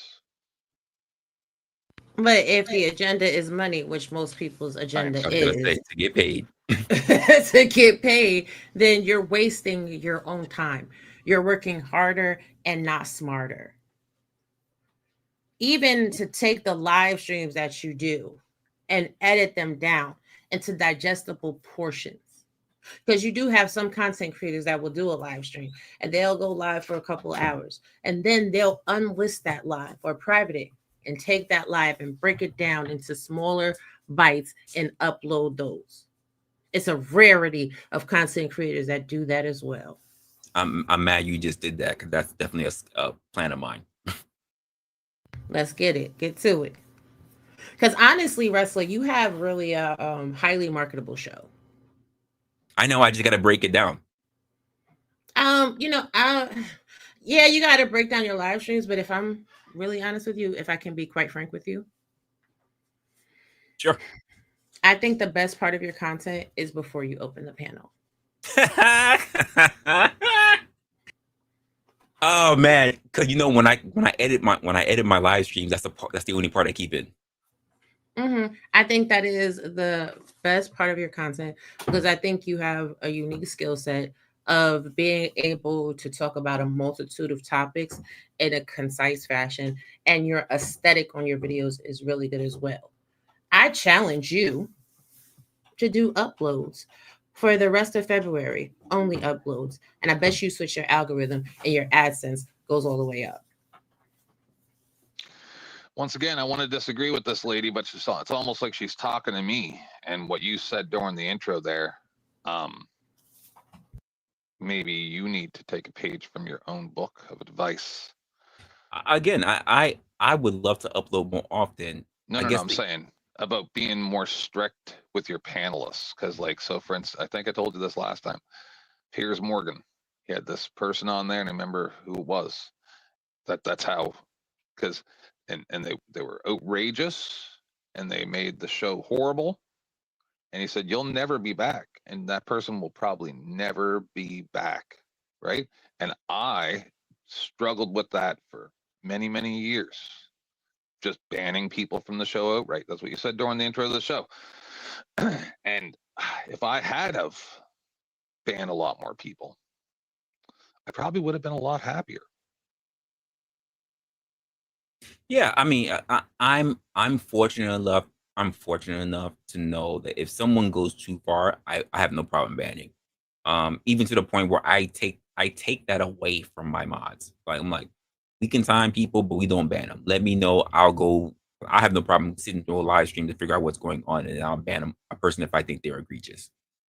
For the most part, I know that I could just be doing this on video format, but I do like hearing other people's opinions. Um, because I like the engagement. Well, I tell you what, someone in your chat was like, you fill a time slot. The reality is, you can do uploads and premiere them at the same time slot that you go live. And then you can do a live after that as well. So now you That's also have, true. your content, and then you can have a reaction where everybody can join in. But I mean, what do I know? I might have a degree in marketing. I might Nope. not. No, I no, might. what you That's said not is for already you. something I thought about. No, no, but no, what you said I already thought about. I already thought about just doing my monologues just like that and literally redirecting to that stream where we can all talk about it. I've literally thought about that. And this is the thing too. You also got to make sure your descriptions is right when you uploading videos, and your tags as well. And this is the thing I'm going to tell y'all, because a lot of people don't really understand this. You don't grow on YouTube truly organically. You have to put money behind YouTube in order for your channel to really grow. I won't tell you how that money gets applied, but you do have to put money behind it. Now, Resla, you look like you got a little bit of coin to put behind your upload. I do not. I am broke. Hey, Resla, stop wrestler, it. let me hold some wrestler, man. I see that I camera, am man. poor. I There ain't am no poor. broke man camera. That mean you robbing somebody. Who you done got that lick Try that. from? Not at all. Don't Okay. even start that narrative. I am broke, people. I, but no, what I was gonna say, 'cause somebody go to the gym, is some people don't realize that some people come to the internet just like for relief. Especially, I know people who got like really serious lives, and so they come here joking. Some people be thinking that, oh, they trolling, they this. It's just like it's a relief. It's fun. It's like different from what their reality is, right? So, Yes. so I think some people be just so caught up, just going straight back. They get so caught up like, oh, he's trolling or he's doing that. Just like you come, and some people I see come for therapy. Some people come to make friends. Like they also have the right to come for whatever they need the internet for too. And don't get mad because you got offended because that's what they need. So that's the only 2 cents. I think he got some friends. I thought Rob G was my friend, but if she ain't my friend, I guess I don't got no friends either. But other than that, I think that you just gotta understand what people's intentions is, and I think you have to be effectively at communicating to understand what their purpose is. Is that person really your friend, or that person is just trolling you, or just trying to benefit themselves? And I think people don't have in-deep conversations to really understand what the intentions of those people are. The vast majority of people on YouTube is to troll people. It's to cozy up. It's a rarity to find somebody that's a friend on YouTube. My motto is there are no friends on YouTube. Unless you Oh, start that having hurts. That stop hurts so bad. it. Oh my God. Just you and Phil today just saying y'all ain't got no friends. Oh man.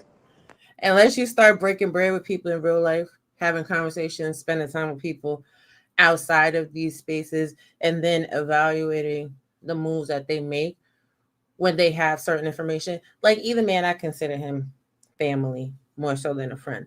But either man has been trusted with certain things, and I've never heard anything back. So therefore, he's trustworthy. Do you understand what I'm saying? But most of these people on social media, the reality is they ain't trustworthy. You catch a hangnail, they be like, "Oh, oh, guess what I found out." And they try to be proximity opportunists.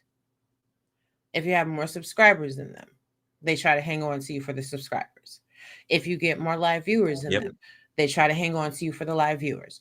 If you look like you have a nice camera and you have a little bit of coin, they try to hang on to you because they want to have a little bit of money. They see you donating super chats or cash apps. They want to be your best friend because they want a piece of the pie. This is the American dream on steroids and psychedelics. This is what YouTube is. But I would say 10th man to really know who people is, cut Back. that camera off. If you cut that camera off and you stop recording, you see like people real character and they really want to be around you. Because it's easy to be around somebody when I got something to gain. But as I'm willing to stay back to the Yes. stage and talk to you for like 2-3 hours with nothing to gain. And I think that those are what I realized where I found real friends versus people who just wanted to be around me. Listen, The James leech can of tell us. you. James can Facts. tell you that from sitting in the backstage with me. Almost, I would say, a majority of my live streams, even afterwards, we still chop it up for about maybe an hour or even afterwards. James can tell you that I've done it with so many different panels. Yeah, Yeah, be I don't. careful. I done seen people who literally like beefing with me. The camera go off and they like the coolest people ever. They be like, "Oh, what's up, E? Nah, you not just Yeah, joking. I didn't mean those things I was saying." So I start learning that some people are here for being a character, and I think it's nothing wrong with that. I think that if they want to paint a narrative, they want to do all those things. I'm okay with that. But I know what it is, and I don't say that that person is real or fake. I just feel like that's what they came to the internet to do that day. I say they real fake because at the end of the day, like you being a character for what? Is you getting paid? If you ain't getting paid, then you real fake. Like you really doing something and trying to present as something because you don't really have anything else going on in life that's No, listen, substantial. listen. Let me tell you something, because I'm a character. I know I come to the internet being a character. I always wanted to be an actor. I just never made it to LA. So I was like, you know what? I'm coming over here to be the best actor as I can to get it. How many people can I offend today? How many people think that I'm really an a-hole? Like, so like I get kind of what y'all saying. It's like they're acting because they need something, but some people might just living out their dreams. Who knows? I mean, speaking of living out our dreams, as you know, because I want to let people know that I, in fact, am not rich. I very much am a broke boy. I live in New York City. Everything's expensive. Everything is expensive. We got the panelverse who dropped it. Who dropped the $1 Canadian. I do appreciate that. And then what say Lou supporting and turn around and say with the two, turn around and say, let's get the goal up. I appreciate you for that. Thank you. Yeah, Thank either you for that. man support the goal because we know you rich. Yeah, Rich. he got money. He got How big do you money. define the word rich? You know, I've been looking up definitions lately, and I don't think I'm rich. Rich mean that I can drop 1,000 super chats at $100, and it don't hurt. That'll hurt me. It won't hurt you. Either man, stop fronting It for the people that. it will hurt. I will be crying. Sing. You see that? Here we Sing. go. CSI. He's a victim. Bye, y'all. I just got to the gym. Bah. But yeah, like I mean, everybody's full of doom and gloom. Everybody got some shit going on, and at the end of the day, a lot of people use these panels as therapy. It's a therapeutic intervention. Listen, I said it. I said a lot of people who are either trolling or a lot of people who like to just start shit behind the scenes aren't people that in their real lives they're just going through some tumultuous shit and they just like seeing other people suffer.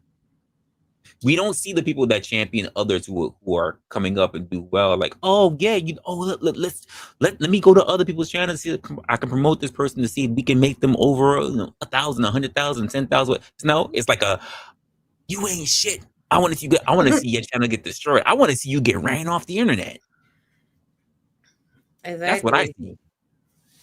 How many of us have them haters? Facts. Who told you I said If that? you don't have a hater, you're not doing it right. If you don't have a hater, that's what I've been told. Sure. Sure. You're right about that, James. But you know what you don't want? Just haters. You don't want just haters, yeah, of course. You want people that like you, but you're gonna. It comes with having haters, though, too. Sure, but you should have the good and the bad come out of life. You have to have the but good. you should have more supporters than you do haters. Your supporters should be there to champion you, and your haters should be the thing that motivates you. And speaking of the people that motivate, Zephyr over here with the $2. I appreciate you, Zephyr. Zephyr is one of the people that I actually met when I was down. That's not one of your haters, no. Not one of my haters. Nope. Because the haters would be trying to take you down behind the scenes. They wouldn't be sitting there trying to donate money. Now unless they're playing reverse psychology, who knows? No. I don't know. I just find people on the internet to be weird. And I kind of have a thing now. If you decided to do this content creator thing, something about you must be weird. Well, we're all weird in some way. You have that weird quirk about you. Yeah. Yeah, but there's eccentric and then there's psychotic. True. So some people are eccentric and some people are psychotic. Most people that are trolling in chats and shit like that, they're psychotic. Yeah, push them out. Push out the psychotic people. Rushy over here with the haters drop a super chat. I love it. If you're gonna sit there and hate, you're gonna sit there and grill and profile. Because I get people that turn on and say, you know what, Resla, you're pretty cool, you're pretty honest, you be real with it, and they be like, you know what, I don't trust him. He too honest. He too real. Yeah, I need to work out. Don't trust Resla. Resla is a joker. He's smiling in your face, and he's got some dark shit planned for you in the long run. I'm just playing. Resla's all right. The funny part is like the community that I've been building, most of them don't know like where we came from. Like the spaces that you used to add, like a lot of the black spaces, like they don't know any of that stuff. So they don't know. They don't know anything about how I was. Listen, I don't know them either. So hi everybody, we're all brand new because I don't know those spaces either. I have unsubscribed from their issues. Like people are really crazy. Like they're just really fucking weirdos. Like, there's some people that will sit here and because they're miserable in life, they want to pass the misery along. Yeah, we're normal over here. Nah, y'all not normal, but y'all are right though. Y'all not normal though. I be sitting back listening to some of the conversations. I don't always drop down, and I'll be like, "Oh my, Jesus!" Normal don't exist. Normal is a fantasy. Yeah. I don't know about that. It's a spectrum. It's a spectrum. It's definitely a spectrum. It's a spectrum. James is funny. So say what? Either you I'm on the spectrum or you real fake. Jesus. Well, we got nothing for love for people on the spectrum. For those of you that don't know, I have a child that's on the spectrum. I'm very much a warrior for people on the spectrum. So, those that like to make fun and think it's a joke to kind of get at people because that's their life and that's how they were born and shit, and they're fighting to deal with life through their neurodivergence. Yeah, shame on you. May you have children and grandchildren and whole families full of neurodivergent people. It may I just tell I people, be wouldn't go I am that far. I I am pray to God they neurodivergent as don't fuck. have that. why. I don't think that there's anything wrong with anybody being neurodivergent. Like I Most said, of the I'm most neurodivergent as fuck. most of the I don't most know. It's a struggle. It's a struggle being neurodivergent. everything in life is a struggle. That's a fact. Yeah, but the struggles that come with it, like if you don't know about it and don't understand it, That's that's the was most of that's my the life. majority of people, James. That Right, but was the majority of people that don't know about it, that they don't live that life, that they are not raising someone on a spectrum or that is neurodivergent, those are the ones that are quickest to jump out their skin, jump in their body, and make fun of those type of people. Or undiagnosed. no, Right. that undiagnosed was where I was mainly going to. You don't know about it because I didn't know about it for most of my life. I Hmm. wasn't diagnosed till like what was like 4 years ago. I think it was 4 or 5 years ago was when I got diagnosed. I'm glad you got diagnosed. And But and, I, here's the and thing: when people are neurodivergent, right? Just like you lived your whole life and you weren't diagnosed. You were just a regular smuggler guy, even though you may have had some challenges. That's the point. People that are neurodivergent are regular, everyday people. And most people that are on the spectrum, unless they're on the very severe end of the spectrum, you would have no idea.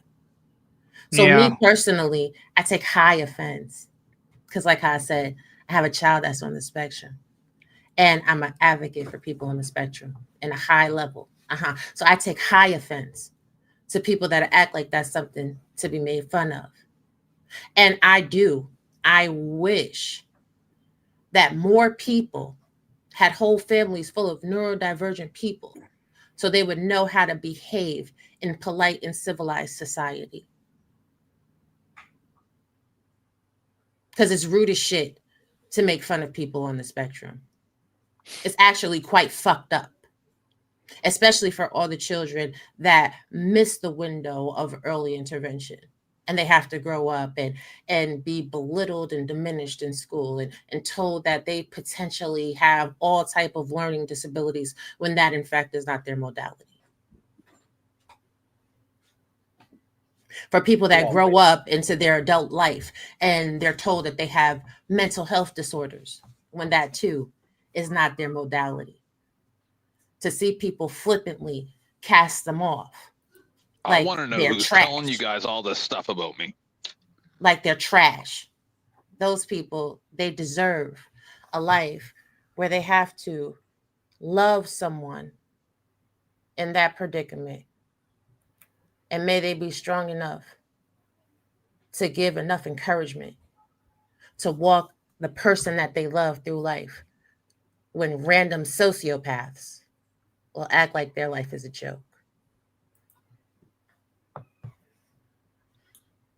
Some You people just just talked turn around about and my say, husband there. So who's telling you guys all this stuff about me? Man, listen. It's literally like you're just speaking directly to my brain. no, I Quite, think she's it's speaking quite interesting. directly to Josh. Yes, Joshua. No, I'm just playing. I don't even know who Joshua is. What up, Josh? So you know me. Well, know of me. Probably not the the same. government man. Josh is the government man. I strongly urge you guys to avoid diagnosis at all cost. That is not a jacket you want to have on you. It's like the same thing as having a felony record, right? What? Oh yeah. Oh, 1,000%. Start picking up some of these like, oh, you need to go see a psychiatrist, right? The wrong thing gets written into a jacket, you're screwed for life. For instance, I have an anxiety disorder which is exacerbated and caused by pain.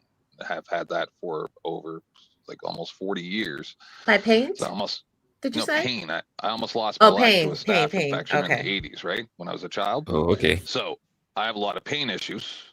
And I have also had a lot of other stuff happen in my life. And so recently I was talking to somebody and they're like, oh, well, if you have an anxiety disorder, that should be diagnosed as a mental issue. And I'm like, no, trust me, I've been through that many, many times. I've been to a couple dozen psychiatrists and other fields of psychological evaluation, and I don't have a psychological problem. I have a pain problem. So it makes me very angry and very, very short if there's any nonsense. Otherwise, I can just sit here and be cool and relax. But I can snap in an instant. And it's not because I'm mentally ill, but what he's saying is 1000% correct. I will not allow a mental health label, because then all of a sudden they can just do whatever they want. You don't even have any rights anymore as soon as you have any type of psychological illness. That's it. I mean, I hear y'all, but neurodivergency is not a mental illness. So there goes the component of undereducation. Yet. You say No, yet? not yet. It's not a mental health disorder. Most people that are neurodivergent have sensory issues. It has nothing to do with mental health. So what exactly is the jacket? The jacket is that you need more assistance when it comes to learning. It's literally another learning disability that requires a specific cultured environment so that you have optimal instances to be educated. That's not exactly true. So, like, it's just another classification system. So, like, Are you on the autism. spectrum? Autism would be Josh, basically absolutely. autism would be a neurodivergent classification, but they're just both classifications, because, like, within autism, schizophrenia would actually be a very specific thing on that basically spectrum that you're talking about. Yes. Schizophrenia and autism are two different things. Yeah, they're not. Schizophrenia is a mental health disorder. No, Autism is not. autism is okay. What is autism? Let's go, boy. Autism is a whole entire conglomerate of sensory, behavioral analysis, muscular disorders that create correct. that. Correct. Now go I down to wasn't finished. schizophrenia. Where within the spectrum, that list that you have, does schizophrenia fall into? Schizophrenia is a mental health disorder in mental health Yes, books. it's the Autism is specific. not. You're right. You're right. There is no diagnosis for autism. It's a generalized term. It's specifically a classification. There's no diagnosis for autism. Yes, you would have to have something specific, like, say, ADHD, which is covered in that. No, you don't have to have ADHD to be diagnosed with autism. That's a whole entire Not at all. different You're disorder. not going to ever get diagnosed with autism. Autism is a classification system. It's like saying You're not. You're in the animal kingdom. I have a child That that's would be the same diagnosed thing as with calling somebody autism. autistic. I have a child that's diagnosed with autism. He doesn't have ADHD. They have he a doesn't have very any mental health I think you disorders. need to go back and look at that diagnosis. There's a number classification that comes with it, and it's going to boil down to something very specific. Sir, I've never heard of someone being. Do you work in the healthcare system? Your mic went out, Resla. Classification. Someone saying, "Are you a 4? Or are you a 7? Or are you what?" Like, that's not a thing. No. The number system is actually tied to the DSM. They're usually a really weird classification system. Well, goes by numbers. since you've been diagnosed and you know about autism diagnosis, explain to us the number system with the diagnosis of autism I'm that not you going say. to give it to you. All of the numbers are actually like the classification system within the DSM. No, it's not within the DSM, but okay. It absolutely is. Show me. Go right to the back of the book, page? and it starts listing them off. Show us. What page? The book? Yeah, show us in the DSM. I've read the DSM-5. I've never seen it in DSM-5. Show us in the DSM where it exists. Open to the back of the book, and it gives you pull your it up. indexes, listing by numbers. That's usually supposed to be your index when you go to the front of the book and start looking up the details. So in the index, because there's a number next to the 1,000 million diagnoses in the DSM, in your mind, the autism, in your mind, the diagnosis of autism comes with a number classification. Yes, all diagnoses are obligated to have an F-class number. This is usually probably, I don't know how they came about. I just know that's how they operated through the insurance system. So now you're talking about payment for diagnosis No, of no, disorders no, no, no, that no, you no, no. say don't There is a exist, and then you're database saying that they're system. classified. There is a Okay. database system that the insurance system operates off, built off of it. So So you're talking about the when you payments. receive a diagnosis, there's an F class number somewhere on it. That F class number is going to revert back to basically the specific details of basically whatever disorder you got nailed with, right? Within the insurance company is where you start becoming very aware of how it works. That's because one database has to operate with another one. An insurance company is generally what most people would be familiar with. So you're talking about medical coding and billing, and you're saying that Medical because coding, yes. The billing is your class, or is so basically you're the thing that talking about medical coding and billing. You're saying that the medical coding, which gets payment for the diagnosis, is the same as the diagnosis itself. Is that what you're saying? I'm just trying to understand your no, the perspective. diagnosis is a very, very, very specific thing. Like, for example, ADHD, that's in your autism spectrum. So is schizophrenia. They're just on, well, in this case, probably polar opposite ends, right? But you're saying, oh, somebody got diagnosed with autism. That is true, but it is like a very vague thing.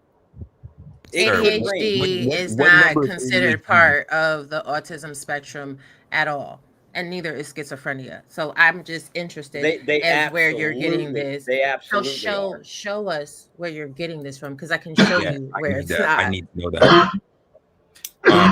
Before we get okay, so I just want to introduce due diligence to the platform, and then I guess when Zephyr gets her connection up, she'll be back on. Peace. Oh, due diligence. Oh, welcome to the What up, due platform. diligence? What it do? I definitely my computer might be messing up, so if I start cutting in and out, let me know, man, and I'll jump on something else. I hope your trip went well, Resla. Everything is good. Yeah, trip was fantastic. Good deal. Good to see you back.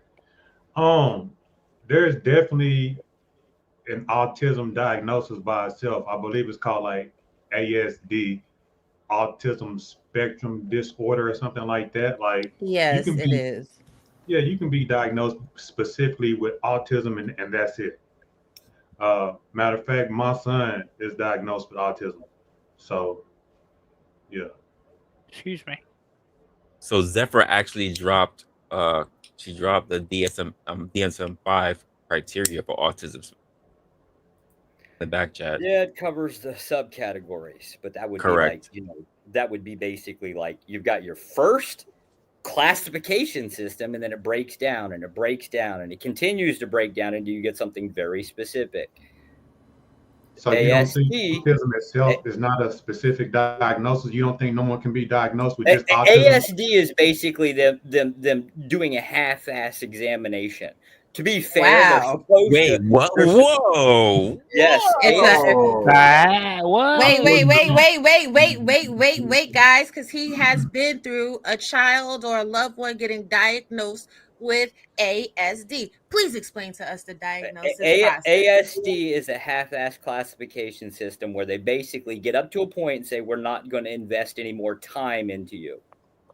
Is that how that goes? So That's That's how that works. exactly how that goes. that's exactly not how that works. So I'm going to tell you how diagnoses go for Oh, please autism tell me. spectrum disorder. I will. First of all, when they start, especially in early intervention. So if you have a child that's delayed, having speech delays, don't want to eat their food how they're supposed to, cannot Hmm. appropriately put boxes, handle pencils, don't have fine motor skills and everything else, they have all of this paperwork. It's actually quite annoying. Due diligence can speak to it. You have to sit there and go through parental interventions with your child and note down your observations. Then they have a clinical team that also goes through those same interventions with your child and notes down their their observations. Then they go on a sliding scale. They assess points to this. How well can your child do this, that, and the third? It's actually quite extensive over several months. Then you start seeing the Yes, specific. Then you start I'm seeing. familiar Excuse me, with the CAR I didn't scale, the interrupt you. GA. I didn't interrupt you. I didn't Yes, interrupt you. we're So familiar with the don't. No, no, CAR no. You said scale it's and the a. You GARS said I'm it. li- You said it was I'm a literally half-ass. seeing, You said I'm it was. literally seeing what she's talking about. I'm literally seeing it. You said it was a half-ass diagnosis, so I'm explaining to you the It process is a as half-ass diagnosis. somebody that has gone through How's it. I'm it? just How's it Okay, half-assed? on why are you cutting ASD. me? Why are If you it's cutting me off? months, Why are you cutting me off when I So didn't then cut get you off? specific on the I'm being ASD, very right? much specific. You just don't Oh, like the fact that you're not actually being up here telling the truth, and you're trying to really, marginalize neurodivergent people, and you're trying to say that the diagnosis well, process I is would. half-assed. Because when children, after they go through all of those forms, they then have to see specialists in specific concentrations, Oh, usually for their you motor mean skills, specialist, meaning usually additional for their stuff to speech get more therapy, clear. usually I for got it. behavioral sciences, usually for their nutrition and how they're eating and everything else. There's a lot of pathologies that are involved with children, especially that are on the spectrum. Then they also, then once they have a diagnosis, which is actually, it takes quite a few months, and you can't get a diagnosis until a child is a certain age, until they're about 2.5, 3 years old is when you can actually get a diagnosis, because from ages 1 to 3, they are constantly observing them to see if this is something that is actually fitting into the disorder, or if they just need more therapy in different avenues in order for them to improve their overall cognition. Number one. That was Number well two, said. Well said. thank you. Like how I said, due diligence. I do this in real life. So I don't know what he does, but I actually advocate for children with special needs in real life. So a lot of these children also have to go to nutritional specialists because they refuse to eat or they can't eat. So they have to have supplemental nutrition. There's a lot of insurance processes that these children have to go through, especially if their parents are working middle class. A lot of states, actually all the states, have special insurance for children with special needs. They have to go to classes all day long. Children with special needs do not get summers off. They don't get holidays off, for real, for real. They are in school 365 days of the year. And then when they matriculate into the normal school system, they still have to spend time after school hours getting additional therapies so that they can be the highest functioning that they can be. Don't ever say it's a half-ass anything, because children on the spectrum have put the most work in. So Listen, that was well easy, stated. simple. My son is in his 20s. Just let me say this, and I'm gonna get out you guys' way because she got this. Believe it, she got this. My son is in his 20s, and we've been dealing with his autism for 20 years, and I could not have stated that all that off the top of my head like that. So I know you are an advocate for people with autism. That's easy. That's easy to see. So I just want to say thank you for that breakdown, man. That was wonderful. Wonderful. Thank you, due diligence. Yeah, I'm very serious about our children. And, it's too many children that have gone into adulthood without a diagnosis, because there's too many people that are like, oh, it's not that serious. Oh, it's no big a deal, until you find that one intervention that your child absolutely needs that helps them focus on everything else. Like, your child might simply need a Chewy. Give them a Chewy. Now they're good. Now they're getting A's and B's in school because they had that sensory input that they needed. Your So child.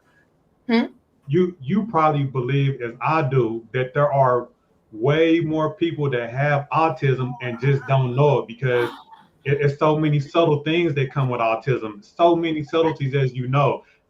Like you said, autism is a spectrum, and that spectrum is wide. It's a lot of things that can fall under, and how people function. So I'm asking you, do you believe that there are a lot of people that have it, just subtle forms of it, different variations of it? Do you believe that?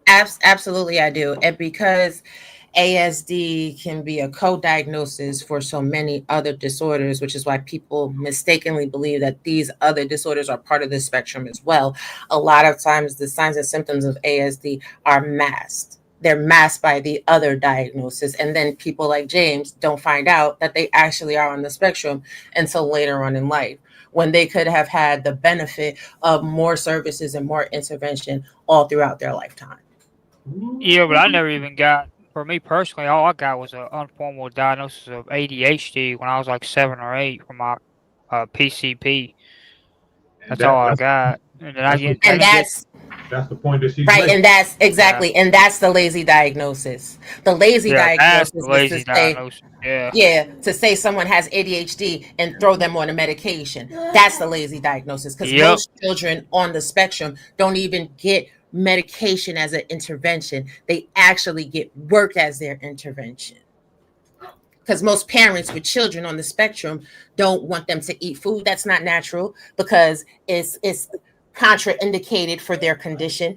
They don't want them to take medications, and you don't want to put a child on the spectrum on a medication because it could be contraindicated and it can exacerbate other issues that they're having, especially with sensory, especially if your child is a child that can't deal with sounds like that. If your child has issues with balance and things of that nature, with touches on their skin, you have no idea how a medication, psychotropic medication, is going to affect the mind of a child. So that is it's well beyond a lazy diagnosis. The audacity. Man, well I said. thoroughly actually encourage people to follow. Go get your kid tested, right? Go get a jacket put on it. That I actually do want in society. But I generally like more failures, especially people with records of failures on their lives. It helps actually the economy. Need to have more ditch diggers and or I guess door greeters at Walmart. We apparently need more of these. Shout out to Elon Musk, who has a spectrum disorder. Shout out to Albert Einstein that has a spectrum disorder. Shout out to Stephen Jobs who has a spectrum disorder. See, it's the fear mongering of it all that keeps people from getting the diagnosis that they need. But when you look at the people that are successful in society, the innovators, they're actually on the spectrum. My God, today. Oh yeah, let's point out the exceptions in society. That's it right there. It's perfect. The exceptions. Most Still of the you people don't you exist. right, exactly. I get it. I mean, you probably are on the spectrum. I hope that you have a child that's on the spectrum and you don't get that child diagnosed. I would never actually take my child before the age of, say, 18, 17, maybe 16 to a Shout out to medical Charles facility. Darwin. Shout out to Bobby Fischer. Shout out to Bill Gates. Goodness. Shout out to Michelangelo. Shout out Goodness. to Sir Isaac Newton. Goodness. Jerry Seinfeld. Satoshi Tajiri. Nikola Tesla. Edison. Still going to be rare exceptions. Globally speaking, you got about 13.5%, give or Please. take, that have diagnosis. Leonardo Fact Zephyr. You Please. do have an uptick within the US. Tempest. That's because we market this thing. So there's something like maybe somewhere between 23 and 25% of people with some type of diagnosis. Most people on the spectrum have not even been diagnosed because they have been overlooked and Yeah, marginalized. So you really have no idea how many people are in fact extremely brilliant on the spectrum just because they've been looked over. They would be rare exceptions, the same way you would find geniuses, like people with extremely high IQs, right? Like they are the rare exceptions within a population. Same thing as you're going to find somebody with, like, say, Asperger's. Oliver Wendell's facts. Be a known person, like, say, Musk, right? Like, there's nothing being claimed here. You're just basically saying we're all capable of being that, or I'm sorry, we're all under the illusion of hope that we're all capable of being that rare exception in society, right? Because that's It's really not that rare. The idea of hope. Yes, It's not that rare. No, it's really not that rare. The people that you listed off, I mean, just starting off, these are not rare, exceptional people in society or human history, I guess, since you went all the way back to Isaac Newton. Well, sure did. Go ahead, James. And it also depends on how you define success, because success doesn't have to. You don't have to be a multimillionaire to be a successful person. Get them. I mean, how many multi-million. How many valedictorians graduate from school every year? How many of those people are autistic? I'll wait. Oh, I have no idea based on. I mean, I guess the valedictorian would just be the rarity, even though there's multiple valedictorians that happen every single year in every single school, be it elementary school, middle school, high school, or college, be it from an associate's degree, a bachelor's degree, or a master's degree, be it people that graduate sigma cum laude, or people that just graduate just regular, just they got their high school diploma. There's plenty of people that show exceptional intelligence. How many people pass the SATs with high numbers? It's a lot of people, and how many of those people are on the spectrum? I'll wait. I think she has absolutely that I wouldn't know. I just know autism total number diagnosis is. But how did you guys get here? If y'all don't mind me asking, what was the subject? Like, how did we get here? We were talking about James. We were talking about James and his diagnosis, and we got to talking about autism. And then Joshua want to come up here and say nobody should get diagnosed because it's a jacket. It is definitely a jacket. It's a jacket. Suffer your whole life because it's a jacket. Like the one Resla's wearing. Damn it, it's a jacket. Actually, it's probably more like the jacket you'd wear if you was locked up in a psych ward. Is I think exactly what what he's talking about. Was talking about, like that's when what he was they trying lock to you say. up too. Well, when they put you in the room, the white padded room. But hey, Josh, let me just say this. You know, there is a such thing as like overdiagnosis, and that's the thing. Like people just putting that jacket on anybody, but that doesn't mean that it doesn't exist. Also, you know what I mean? So there's a fine line. If you want to do your kids like that, so be it. But just because there is a such thing as these doctors and part of pharmaceutical companies like overdiagnosing people, which it is a thing, but we don't want to make it seem like the condition doesn't exist, though, because you're trying to say that autism itself as a specific, diagnosis doesn't exist. Okay, here let's give an example. I mean, they're just doing a whole bunch of genetic research on the origins of autism, and they have a lot of research that verifies it comes from advanced paternal age for the most part. But hey, it's just bullshit.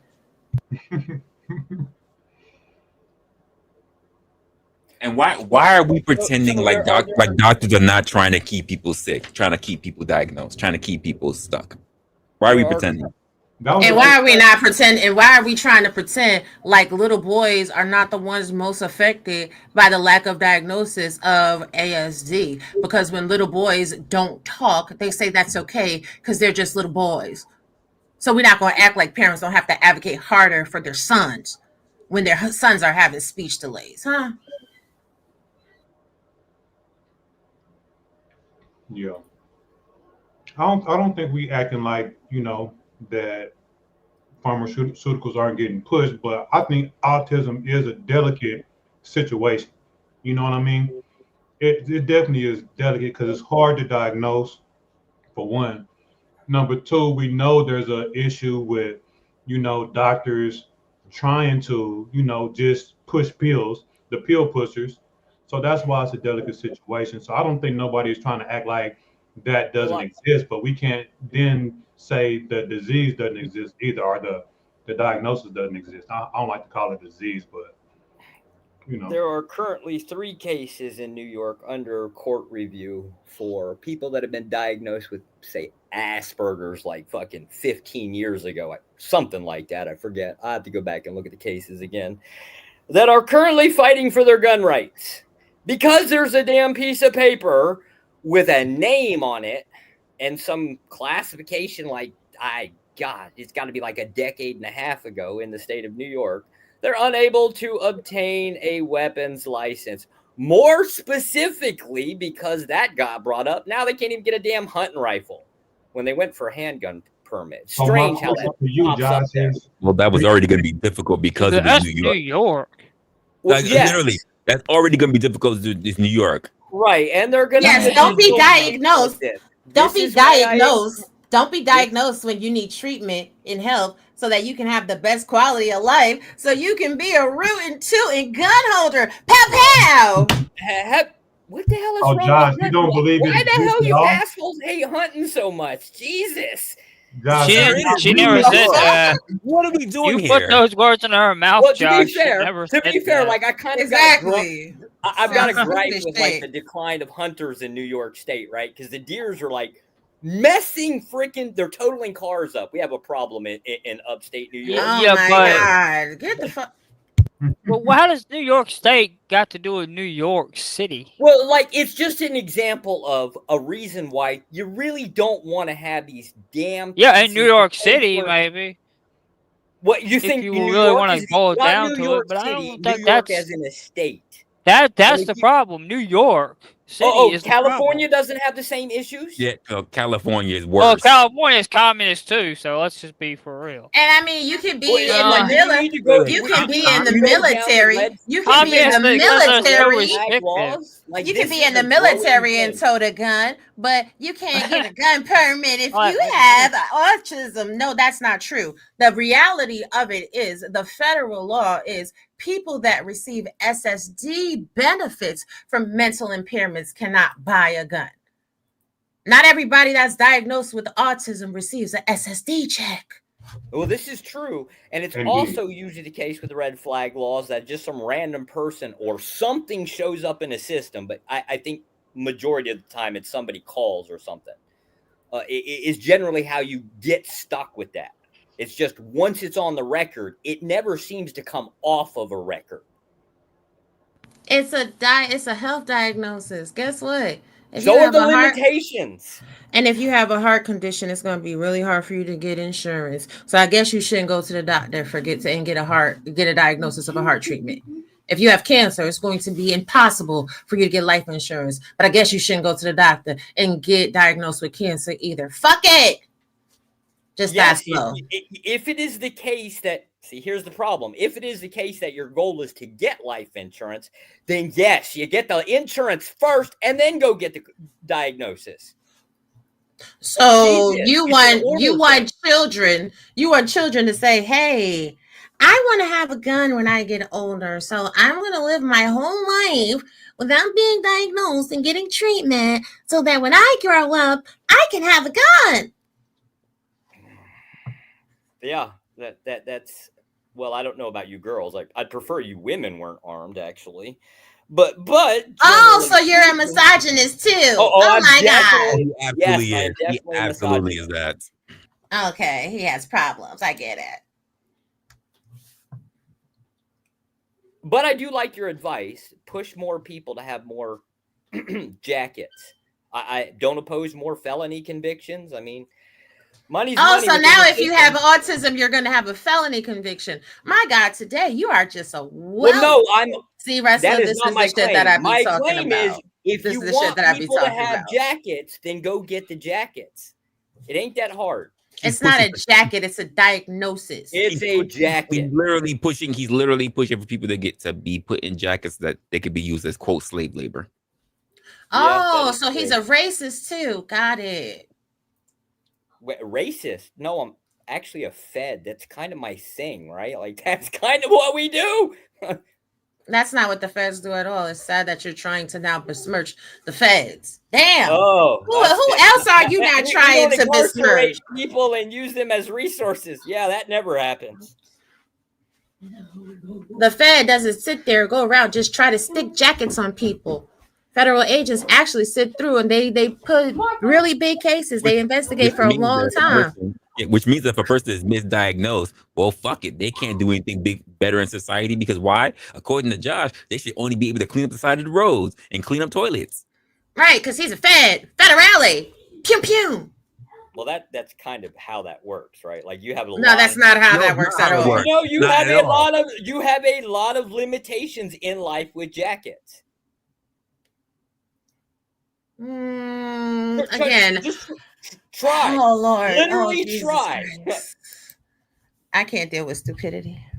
I go for it. If you want your child to have that permanent career as a, what do they call them? Walmart door greeters? Do they still do that in Walmart? Sir, you don't Yeah. have So, to be a Walmart James. door greeter on the spectrum, sir. By the way, because I had a full-time job working at Walmart, cleaning Oh, the God. building, and I'm on the spectrum. So you don't have to be a No, Walmart door no, greeter. James. By Josh's statement, he's saying that's exactly the job you should have. Don't try to get And that's the management. only Don't try job to Well, that's you be a not the corporate typically only have. driver. job I should have, and that's not the only job that I can have. Mm. I have the Don't try to opportunity be to a have any job manager. I want Don't if try I to learn want how to that. be a forklift driver. Don't learn to be a person head in sales. Don't learn that stuff. Take your Mm-mm. broom and be happy. Yes. Now, James, let me ask you a Oh, question. yes, ma'am. Wherever else have you worked? Have you only worked in Walmart? For most of my career, I've worked at Walmart. Yeah. Mm-hmm. Have you worked anywhere else? I worked at what you call a resort. But I only worked there for a few months, and I was cleaning. Okay. There's nothing wrong with cleaning. We But all granted, if I wanted to, I could have moved up at Walmart. I guess if I'd stayed there long enough and worked long enough, because there's definitely potential to grow, and there was when I was working at Walmart in Cleveland. well, good for you. You done stepped up from a greeter because Josh said you only gonna be a greeter at the door. Well, yeah, I was never a greeter at the door at Walmart. The only two jobs I've had at Walmart were either cleaning the building or what I originally started with was cart pushing. So that's the only two jobs I've ever had at Walmart was greeting. Well, actually, take it back. I had three jobs because I had stocking. I forgot I did stocking for a few months too, where I stocked the shelves and stuff and made sure the products were on the shelves. I forgot about that one. You hear that, sir? He did stock as well. Front That's facing, right. pricing. Yeah, that's shit. Organizing products in the back room. I think my first job when I was like 14, or at least my first job that was like had a W-2 to go with it was like 14, I think, and it was a stock boy at like Food Line or something. It's funny how most people that are on the car spectrum, though, insurance. most people that are on the spectrum work for artificial intelligence research, computer programming, software testing. They're librarians or archivists, accountants, because they're really anal, pay good attention to detail. They're graphic designers. They're animal caretakers, musicians and sound engineers, scientists and researchers, inventory associates, proofreaders. My God, today. Go back to animal caretaker. What is that? Animal caretaker. You Well, don't you know what take an care of animal the animals. caretaker is? You work for the feds. I know you know what an animal caretaker is. Like a freaking That's what y'all zoo? do. That's what Like you a do, right? zoo? That's what you do, right? Federally? I just asked. No, I've never worked at a zoo. I mean, Well- you put people in jail, right? So the jail is the zoo. You an animal caretaker. Is an animal caretaker. Leslie, you know I got a smart ass mouth. Like a person that works at the zoo. I'm asking No. about the Well, title. he does the No. paper pushing for the Then feds. what? He doesn't do the. I know he don't do no real Josh work. does the paper pushing. He doesn't do Yeah, the. I am definitely a paper Sir, pusher it now. can mean for the sure. zoo. It can mean the people that's working in kennels. So he doesn't. He doesn't do. He It can doesn't mean go a out and do- veterinarian. A He does the veterinarian. paper pushing. Right. Oh, so Like, we what are just you use talking vague. about? Oh, okay. I got it. So it's just a vague term across the board. Got it. I think you might be on the spectrum, sir. I think you might need to go and I get don't a know why diagnosis. You might need that, Jackie. Now you are federally with the spectrum. Oh So, shit! so why don't they just say that they work for the what is they call it, Animal Humane Society or some shit? Isn't that Animal caretakers, veterinary sciences, zoonotics. There's Humane a whole, Society? Aren't there's- those the ones that do? No, the, that's not the limitation of animal caretakers. But yeah, I mean, no, I I hear know you. it's a generalized term that's supposed to go around Animal everything. caretaking Hence why I is asked the generalized concept. terminology. It's not just the humane censor. Like I told you, zoonotics, veterinary sciences. A lot of people with autism spectrum disorder work in those fields. Because they have a large affinity for animals. Yeah. Paleontology. She got you, sir. She got you there. I mean, the higher you're on the spectrum, the more you want to be around animals. It seems like. And less around humans, and that's usually where the dysfunction thing gets classified. Well, I don't know if it's dysfunction. I don't know what's It's not dysfunctional it's about. not about dysfunction. wanting to take care of animals. puppy. Yeah, What's that's so I'm not dysfunctional impressed. about that? Wow. I mean, I guess if that's what you think that zoonotics is, cool. I guess if that's what you think veterinary sciences is, oh my Well, gosh. I guess if you think that's the limitations to paleontology, cool beans. Well, now, I mean, to this be is the fair- education. This is the education of our federales, ladies and gentlemen. To be fair, I'm not really a big fan of veterinarians, but that's just generally because how we are in the West about our animals, right? I mean, Jesus Christ. Too bad the people that go for veterinary sciences have to do a lot of microbiology. They have to spend a lot of time in microscopes. They have to take a lot of statistics classes and stuff like that. A lot of high level mathematics and science, God bless it. But hey, they can pet a puppy, so they're special. Pretty much. I'm a little biased against. I mean, what do you have a criminal? What do you have a criminal justice degree? Criminology? No. You mean you made it to the feds without having a criminology degree? What is your degree in, sir? Psychology and psychiatry. Oh no, he didn't do that. Not he's not that good at psychiatry. it. No, not psychiatry.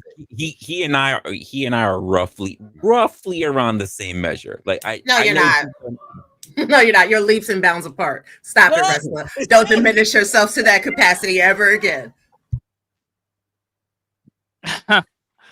I think. Wait, Josh, if I'm correct, like you majored in psychology. Yes, the difference is I'm a tactician, not a clinician. You're a tactician, boy. Shut the. Because a lot of my clinician and a tactician. Well, okay. One plan. You're not gonna like it. You're not gonna like it. I mean, he's not gonna be able to understand, right? Because he's got a jacket. So explain it to him with his jacket on, so he can understand tactician. So tactician is generally the manipulative side, whereas clinician is the motivating side. Yes. Oh. You're not good at manipulating, though. That's the part that makes it hilarious. Do you have a bachelor's degree in this? Do you have a master's? Master's. Would you like to wager on it? I'm listening to you right now, sir. You're not very good at being manipulative. I'm underimpressed. Well, you're underimpressed by everything. Actually, that's not true, but I hear you talking. Yeah, you're generally underimpressed. You actually think you are. Never mind. Doesn't much matter. We'll let that one go. Okay. Well, I mean, as long as that's your opinion. This is someone that also believes that 80. No, this is your opinion, because you're also somebody that believes that ADHD is part of the autism spectrum disorder, and that schizophrenia is part of the autism spectrum disorder, which they are not. So, I mean, your opinion we'll go is down intriguing. The classification system that you brought up. I guess it's 84.0 was your ASD, except for what's 84.1. I think it jumps down to 5. God, I'd have to go back and look, right? It's basically you start off with the same way you would with the legal code system, right? It starts off with that first number and then breaks down into subcategories. It's how there's really the classification. Why are you stuttering, manipulator? All you're saying is that top number is a diagnosis. Generally speaking, no, it's not. It means they stopped at the top number and they want something more specific, or you're generally supposed to get a little bit more specific. But to be fair, because of the shitty clinic or county clinical systems that we have, that's not anybody's fault. That's just kind of funding based off of county, right? They generally only go so far and then they stop. Or it could be the case that shitty ass insurance companies. But take your pick. It's either going to be the county clinic system or the insurance company that are kind of like fighting back and forth with each other. But you only get about halfway there. Oh, shout out to all the people that are diagnosed with autism through private clinicians. I would say that if you need to see a psychiatrist, not a psychologist, you should go within a private care system. Stay as far away from psychiatrist or psychology. That's what you need to get an autism diagnosis. No, I'm saying that if you go through what most people go through, a county facility, you end up getting very much screwed. But that again, that because the funding is subpar in county doctors' offices or facilities. In your opinion, the diagnosis in and of itself is people getting fucked over and it's lazy. When the reality of it is, most of the county doctor's office don't diagnose autism at all. They overlook it. Oh, I think I slid that. I don't think that's actually true. I do. Especially since I handle millions of dollars to increase funding to bring awareness to reach outlying communities. Yeah, it's very much true. No, so let's see if we can look that one up because I'm not entirely sure that's true. But then again, compared to what? I mean, this is your narrative, manipulator. No, you're making the claim, and I'm pretty sure that county. Oh, you're making a claim. You made a claim. You made a Majority. claim that county clinicians fuck people over with this diagnosis when county clinicians are underfunded and they don't even reach outlying communities.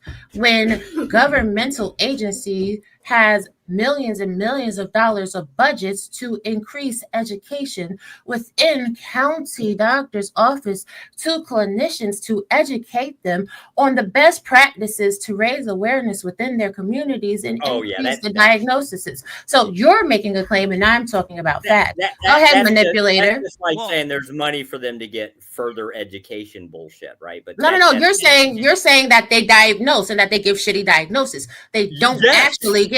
They don't give diagnoses because they don't have the ability to. So how, if it's not a real diagnosis, it's a half-ass. It's a half-ass diagnosis. It's a half-ass diagnosis. Yeah, it's not real. It doesn't happen. Now it's devolved into the county physicians just give shitty diagnoses and they fuck people over. How, when they're not diagnosing the children? I'll wait. Yeah, PCPs can't diagnose. That's why I got the informal diagnosis of ADHD. You're just trying to be specific to children. They can't diagnose. So here we go. Well, no, I'm being specific to the disorder. All diagnoses come through a county facility within the United States. Do they show us? This is your healthcare system. Show me. Calling the origin here. Show me. 84 and 87%. Show me.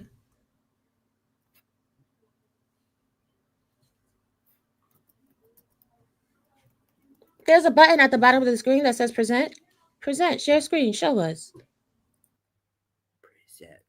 1 second. He looking.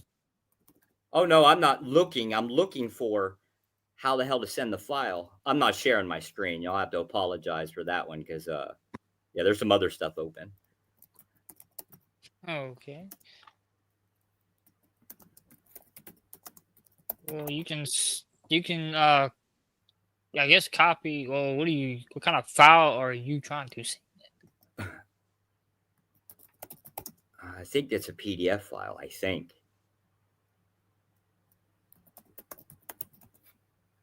You could probably just, if it's a PDF file, you could probably just copy and paste the link and then post the link in the back chat.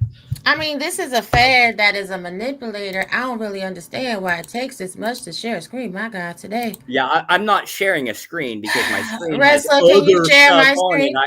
My God, today I have several windows open, but I bet you I'm acuitous enough to share one screen. I don't understand how you a fed, right? 1/4 of children with autism are underdiagnosed.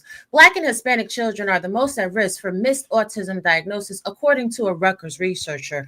1/4 of children under age 8 with autism spectrum disorder, most of them Black or Hispanic, are not being diagnosed, which is critical for improving quality of life. The findings published in the Journal of Autism Research show that despite growing awareness about autism, it is still underdiagnosed, particularly in Black and Hispanic people, said study co-author Walter Zardoni, associate professor at Rutgers, New Jersey Medical School, and director of the New Jersey Autism Study. You said that these diagnoses happen in the county. What was my claim, Miss G? What was my claim?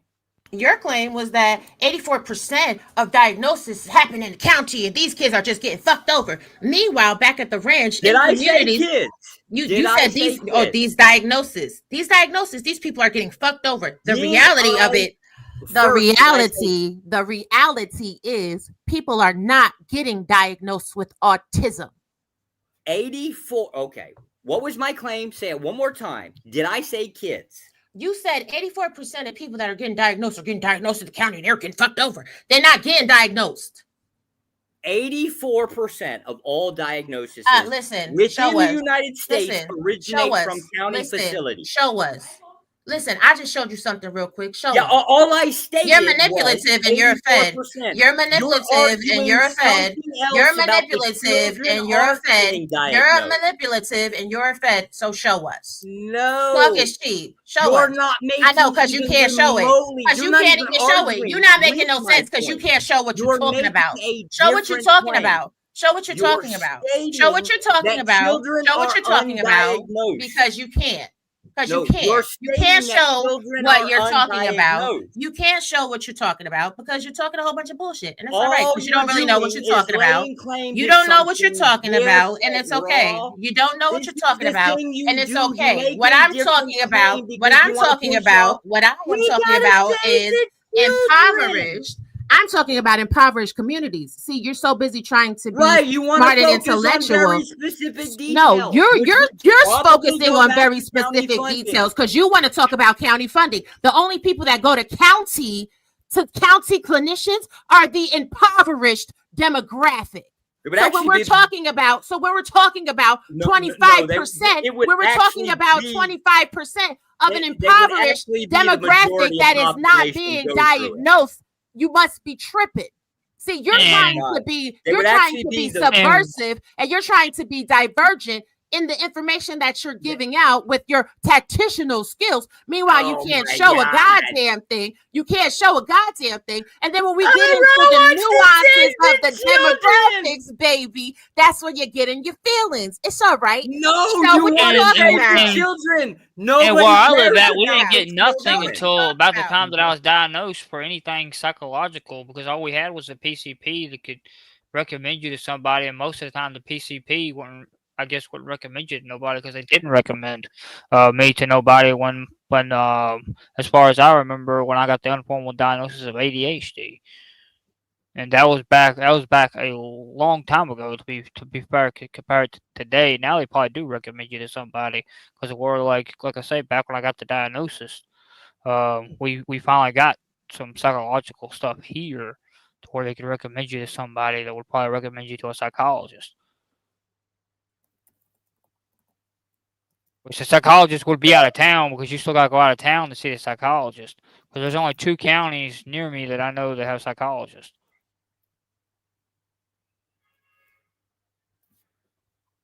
We Yeah, still waiting for I'm you not to show some particularly about- tactician. Tactician, show us some tactician. And I live in rural Virginia. I'm not particularly on the whole like save the children Show us bandwidth. something. I live in Most rural young black Virginia. women abort Show black me babies, anything. right? Like, so Show me y'all don't anything. even care about Show the me children, anything. right? Don't try to move Come the goalposts. I on. don't give a fuck about nothing else you talk about. Show us where 84% of the people that have autism Well, we're not even are making the diagnosed same by the county. claim. Show us Like, that. we're Show not us even in that. the same. Show us that. Show us We're that. not even in Show the us same that. Show us that. ballpark Show us of a that. claim. Just show us that. Just Your show claim was that, specific to tactician. children. My claim was just Tactician. in general. as Tactician, to- tactician, show us where 84% of the people that have ASD were diagnosed by the county. They were Now not. you smart as shit, so you should be able to figure out how to show us. Drop a link in the back chat, nigga. Show us something. What would you like me to show? I guess apparently I already told you I can't lay claim to to how many people are specifically I diagnosed with ASD. No, but Well, you you said said you gave an 84%. No, I claim, said though. all 84%. you just said 84% specifically. You said 84% specifically with ASD were diagnosed by the county. So show us that. Okay. Say my claim again. Just Nah, say, I'm not say saying it your again. claim again.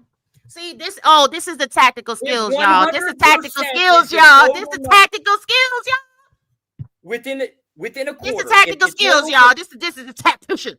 Hard at work. Oh my God. We are being manipulated right now. We being This manipulated. is We why being Raw has manipulated. problems within her We community. being manipulated.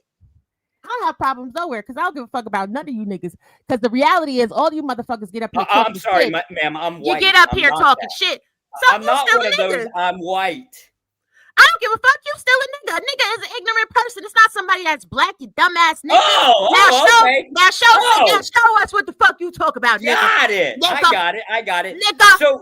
So yeah, he need me to make his point. He need me to make his point because he's trying to deflect from the topic because he can't show nobody that 84% of the people with autism spectrum disorder are diagnosed by the county. See, fuck all that other shit you talk about. We're gonna stick on 84% of the people diagnosed with autism spectrum disorder is diagnosed by the county. That was not That's claim. exactly what you said. That's exactly what you said. Don't be a pussy. Don't be a pussy. Don't be a pussy. Stand on it. That's exactly what you said. You can't. Resla, is that not what he said? Resla, is that not what he said? I'm still waiting for you to repeat. Resla, you had cut out on your mic. You gotta stand on it. No, I specifically stated. That's what you said. 84% of all diagnoses are 84% through county clinics. Show us is what I said. Show us that bullshit. Show you what? You that 84%, sir. Well, you want to see what? Basically, insurance records. These are insurance claims. Here we go. What? They're insurance claims. Show us what you talk about. Right. Yeah, except for you're not even talking about the thing that I'm saying. I'm saying county facilities. Show us what you talk about. I said show us what you talk about.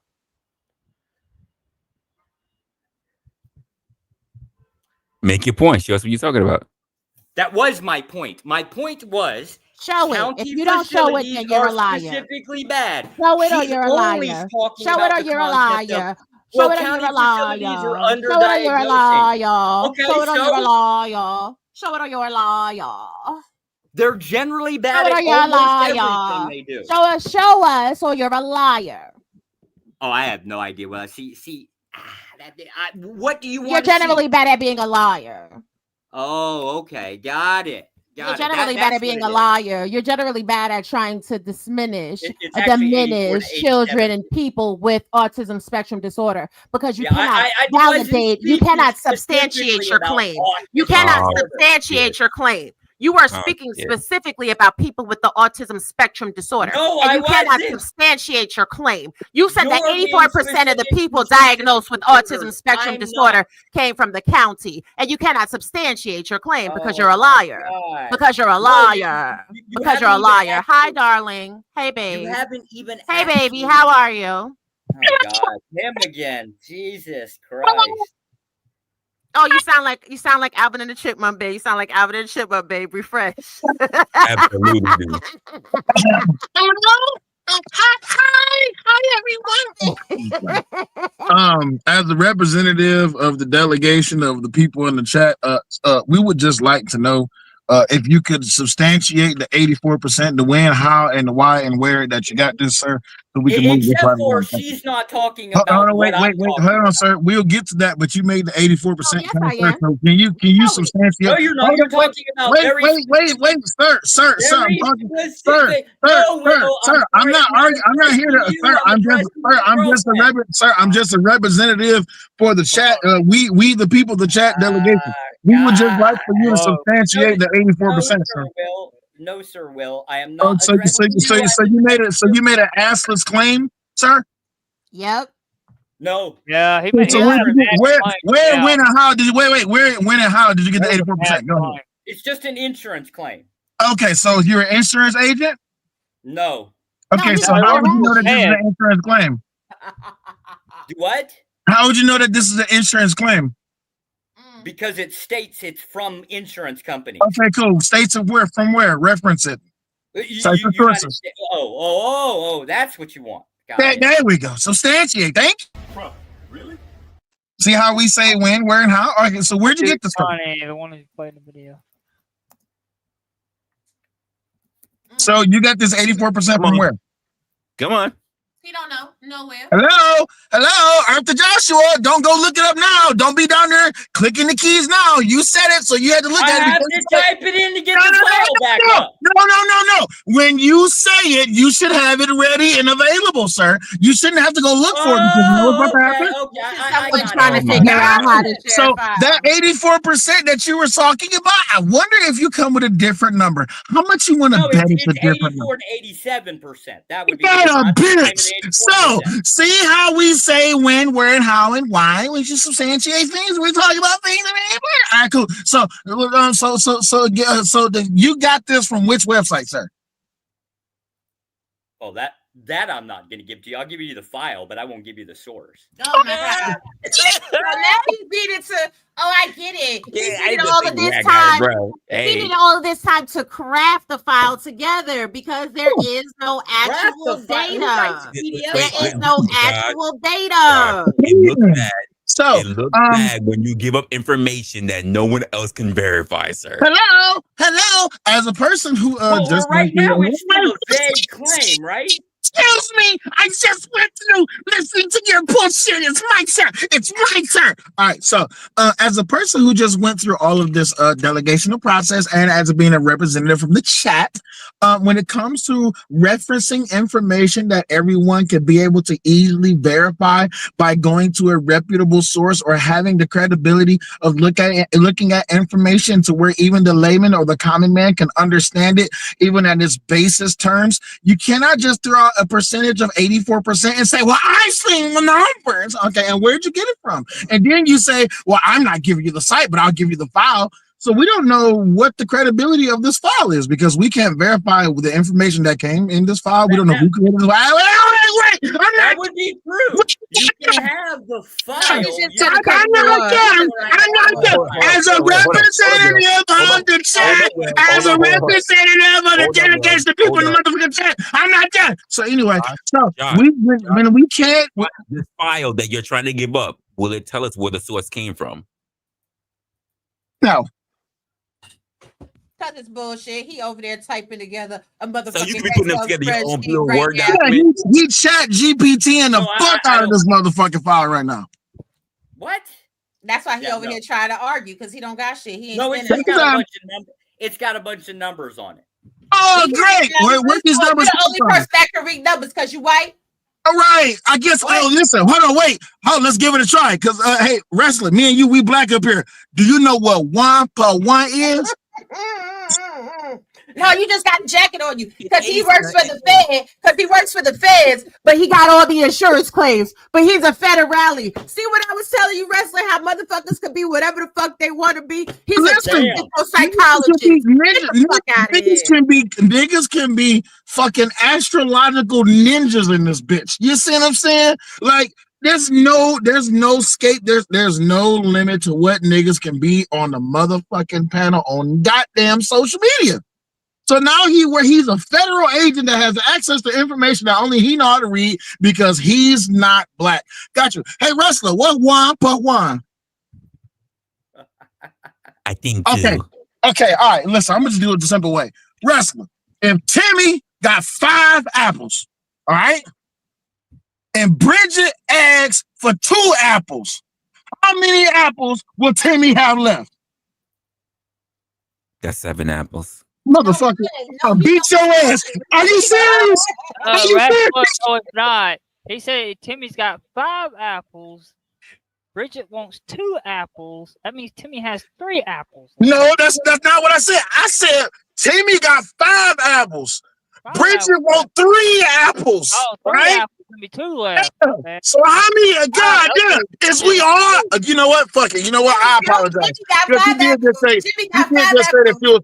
Listen, you did just say that you was on the spectrum. So as a representative from the delegation of the chat, I apologize, good sir. But Resla, that motherfucker said 7. Y'all saw that shit. No, see, because Jimmy got all the apples because he never gave the bitch not one. She could want all the apples that she wants. He ain't get that bitch one. 7 apples, yeah. She want all the apples. No, that ain't how that worked because according to what Joshua said, then that number 7 is wrong because according to what is in the federal system, that number 7 is actually 7D. So we gotta make sure we got I it mean, right. listen, we got somebody on the spectrum, so he's the Walmart greeter, and then we black, so we got jackets on us, and we gonna be slaves to the system, according to Joshua. So I far, guess he's so. the only smart one, and he still can't show us where the 84 to 87 is. God damn it, can't you type faster in Excel? He's Excel still does have compiling the formulae. information, baby. Excel. He's still compiling the information. He's putting it all in the Excel. You know, he got to do a whole bunch of shit to it. He got to run it through Word. They got formulas. You don't even got to write no words in Excel. I promise you. All you got to do is fill out the first line and put some numbers in there, and it will populate the whole goddamn scene. Lying ass nigga. Oh my gosh. Jesus. Oh wait, hold on. We still don't have a link in the back. Where is the link, sir? Joshua, you're smarter than this. Come on, sir. It shouldn't take you this long. I'm sorry, what? You're already going to... Why are any of you guys sitting up here trusting a Fed? Because we have to. It's funny. That is Snowman, it's funny. It's funny. You don't trust a Fed. A Fed's going to do what a Fed does, and that's lie, manipulate, and steal. Exactly, but that's why it's funny. Because listen, he's smarter than all of us. Remember that. He better be careful what he be works, because somebody... He ain't too damn smart. He's got a whole fucking a whole harem of lady boys that he's trying to fucking do something with. No shit. Oh, that's right. He's in Thailand. My bad. You haven't had... Wait, how he in Thailand, but he got access to 84% of America? But he's a Fed. He's a Fed. He's a Fed. He's a Fed. Dude, he's a glowing glowy. Feds want him to go. Joshua, do you eat the regular crayons or do you eat the special crayons? Josh probably knows where they're hiding Jimmy Hoffa. I hate to be the reminders of you. You guys know who I am. Yeah, you might not remember me, but you know who I am. No, I don't remember you. Can you please remind us? You know they released the JFK files, right? We need a handle on that. No, Josh, I'm the only white-black person in this space that they remember. Listen, at the end of the day, Joshua, Raw and I have actually gone at it over. And Joshua, we going at it again because at the end of the day, everybody, that ain't nothing special. No. Is that don't let them know. At the end of the day, we don't give a fuck about nothing that you talk about until you sell 84 to 87%. Yeah, where's the 84% at? Just is asking, who are you? Who are you, sir? Your mama. Where's the 84% at? We're still waiting on that. Josh's mama was a lady boy. Damn. 84 to 87%. That's all we talking about. Where is it? When she gave birth, she did it out the anus. And be careful. Be careful with the documents. Be careful with the documents that you craft. If you can't verify where the file came from, that it's irrelevant. So it doesn't matter at that point. Then. So why are you putting out information that you cannot verify? Because first of all, it's a generic claim. It is okay, but here's the thing, though. He's a white man. He's a white man. What he's saying? Hold on. Hey, Josh's ice is not colder. I have worked with insurance companies before. If I still have my clearance over at Liberty Mutual, if I turn around and ask them for generic claims, they can give it to me, and I can tell you my source is from Liberty Mutual. But you're telling me that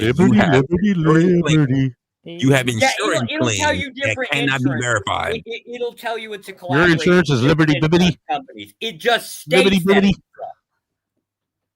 Liberty Bibbity. What you are actually saying is you have no verifiable information for the claim. No, he's a Fed. He lies and tells you what he wants you to hear and hopes you believe it. Hold on. You have no verifiable claims. Does he not sound like everyone else in Congress? Because at the end of the day, how diseases are diagnosed is very much public information. The race that they're diagnosed is very much public information. Hell, you can even find that on the Centers for Disease Control. Do you need me to help you? No, he's the Fed. He should know how to do it. I'm still waiting on the verifiable information. That's easily accessible to everyone. Yeah, you're asking exactly. No, but here's the thing, though. This is why. Wait, hold on. Wait. This is why. Wait, hold on. Wait. This is the file. Joshua, listen. This He's is a why fag. when it comes to the American people, they don't trust when it comes from shadowy claims. When it comes to Which is percentages, hold on, just listen for a generally fine. again. Just listen for a second. If you're going to give me a document which is not easily verifiable by the common man, you can't just come out here and say, "Well, it's 84%. I know it's 84%." And then, just like I said to you 3 minutes ago, I bet you when you type it in, it's going to change. Oh, well, actually, it's not 84%. It's actually 87. What the fuck happened? It's between 84 and 87%. No, but you didn't say that at first. At first, you said it was 84. I did say it at first. No, you didn't. Actually, I've heard you. Josh, I've heard you phrase that. Hold on, Josh. I've been in the chat and I've heard you phrase that fucking statistic like 3 different ways now. So which one is it? Because you don't know what you're talking That's about. because you don't know. And it's all, listen, Joshua, hold on. Joshua, it's great if you have access to information, but you do not have to die on the hill to be right. It's okay to say, I may have fudged up the information. She hasn't even actually tried to attempt to reclaim. But that's okay, but this is your thing though. You're looking to be corrected. You don't have to be corrected. But just like hold on. Here's the thing. Just like I just said 3 minutes ago, just like Angry Snowman just said a minute and a half ago, you have switched up this statistic over a number of times, even with your own explanation of your own entire point. No, so I have said 84 to 87% 3 times. And I said to show us. 84%. And I said to you to show us where you got that claim. Hold on, wait. Now I'm gonna put you all the way to the Josh. If you can send me the file, then you can show the file here on the stream. So pull up the file. Everyone can see it. I'll send a. No, screen share the file. Screen share the file. Hold up. If I send you the file, screen share the file. What's the point of sending it to me if everyone here can see it? Screen share the file. I will send the file. Because he's a fed. Because he's a fed. So in other words, you have absolutely. Hold on for a second. In other words, you have absolutely no way to substantiate this motherfucking comment, other than the fact that you're not going to actually do. Yo, he needs plausible deniability, sir. But all you have to do, if you can listen, here's the thing though, Joshua, here's the thing. You say that you can show me, you say you can show me the information in private by giving me a link and showing me the file. If this information is easily verifiable only by me, and now I'm supposed to go back and tell the public that your information is true without the public being able to verify the information on their own. Wait, listen to what I'm saying. If you can share it to me and you can share it to all 5 of us on this panel individually, you might as well share it as a screen share publicly so everyone can see it. I am not share screening. That'll okay, then at the end of the day, the information. Now I'm going back to my original comment that I said at the beginning of this when I'm stopped trolling. It's easier to say that you don't have to die on this hill just to be right or to be proven wrong. It's not about right or wrong. Wait, listen. I promise you can have it. You want to just share information to correct. If you want to share information to bash together ideas, that's okay. But to say I'm right, you're wrong until you prove me wrong. That's a stupid. Man, Resla, the sandbox is lit tonight. Okay, so your point is she hasn't proved me wrong. Why hasn't she not proved me wrong? Claim. Okay, so what's your claim? You ain't even got break up here and the sandbox is lit. Do not. What he keeps saying over and over and over and over again is that I didn't repeat his claim back to him. The claim she that doesn't need to repeat your claim. You're a grown fucking man. You repeat your claim. Why do you need it? I know. Hold on. You're a grown fucking man. Why do you need a woman to tell you your words? Why you need her to steel man your argument? Right. It's the stupidest shit I ever fucking heard in my life. You was better. You tell me what I said. We all get what you said. No, hold on. We all get what you said now. You said that most people on the autism spectrum get 84 to 87% of kids on the autism spectrum get tested in a county facility. That is not my claim. Okay, cool.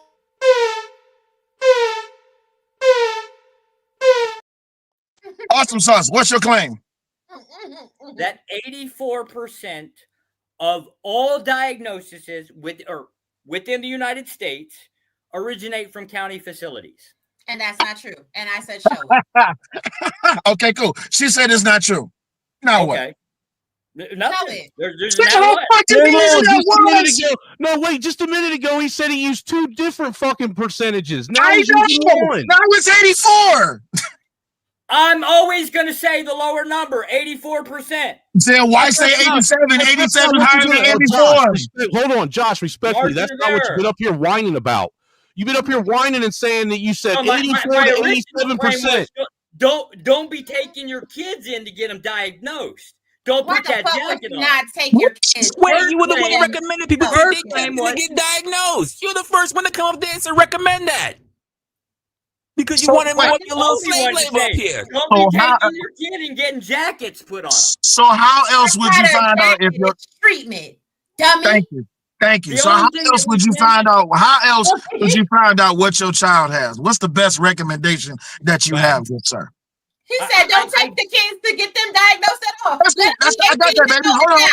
Hold on, baby. I got that. So Joshua, good sir, if you don't take the kids to a medical professional to get them diagnosed, what's your best option? What advice would you give to a budding parent of a child who potentially is on the spectrum? What advice would you give them? Potentially, let it go. Can I shoot them? I swear to God, what the fuck do you mean? Let it go.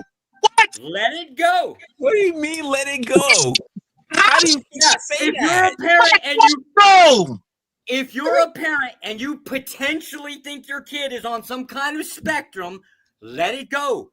This got to be the most idiotic shit I've ever heard on all the fucking YouTube. How does that benefit your kid by letting it go? Because the risks, the consequences of a potential jacket are greater than that of, I don't know, getting a check. What? Oh, my goodness. Most of these kids that are on the spectrum don't get a check. That's a fact. Resla, I know you're about to end the stream. So they don't get any type of benefits, but they're going to get, you want them to have a diagnosis for what reason? So they can get the appropriate treatment. Are you serious? How about that they can get treatment so they can become productive fucking citizens? Okay. Like, what the fuck are you talking about? With the consequences would be a removal of rights. Removal of what rights? What rights removed? What rights? Hey, Resla, can you put him in the back for a minute and share my screen so we can get some real education in here before you end? Go ahead. So, autism diagnosis on the rise, according to Trend Study. This is from November 1st of 2024. A new study published in JAMA Network Open shows that the number of children and adults diagnosed with autism spectrum disorder has increased by 175% over a decade. Researchers analyzed electronic health records and insurance claims data from over 12.2 million people from 2011 to 2022. And over that period, autism prevalence across the lifespan rose from 2.3 per 1,000 people to 6 per 3 per 1,000 people. While this study offers insight into trends in autism diagnoses over time, it does not replace or contradict prevalence data from the CDC and should not be viewed as a standalone measure of autism prevalence. Now, the major increase was the increase in ASD diagnosis among young adults suggests that people may be going undiagnosed in childhood, only receiving a diagnosis in early adulthood when challenges in daily life become too difficult to manage. Young adults aged 26 to 34 saw the sharpest rise in diagnoses, with rates increasing by 450% over the study period. Results also showed that males are about 3 times more likely than females to get an autism diagnosis. However, the gap seems to be narrowing. Diagnosis rates rose by 305% amongst girls and 315% amongst women, compared to 185% amongst boys and 215% among men. The trend may reflect greater awareness of ASD signals in females who may present differently from males. Among racial and ethnic groups, Autism diagnosis rates rose significantly for minority children, though not for adults. For example, ASD diagnosis rates among Hispanic children increased by 315%, compared to 146% increase for non-Hispanic children. Diagnosis rates among Black and Asian children also saw significant increases. These findings may reflect better access to diagnostic services within historically underserved communities. What that means is that these communities have outliers that have not been being treated nor reached.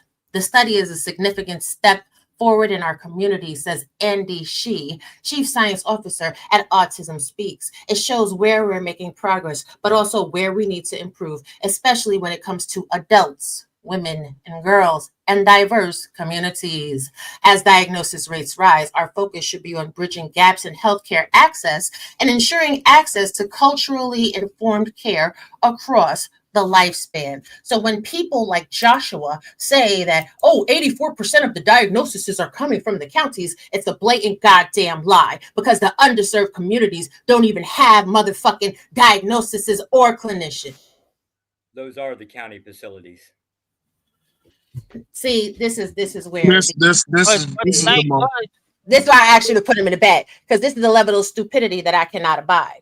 But for You clearly see that these areas, the county, where the county offices are, they have not been reaching the communities, and they still need to reach outliers. But according to this nigga right here, they are the ones doing all the diagnosing. Get the fuck out of here, stupid. Yes, the vast majority across the board. Okay, in the United stupid. States. You mean Are they Josh? underfunded? Probably. They don't do the most diagnosing. They don't do the most diagnosing. But the And the part that went over your PCP head lets me know that everything you say about who you are and your life is a whole fucking lie. Because you cannot have this level of incompetence and comprehension. I have a question for Joshua. Joshua, you there? How you doing? Yeah, I got a question. Joshua, there? Okay. Yes. So, do you have a research background, a background in doing research? Research? No. You have a background in doing. Exactly.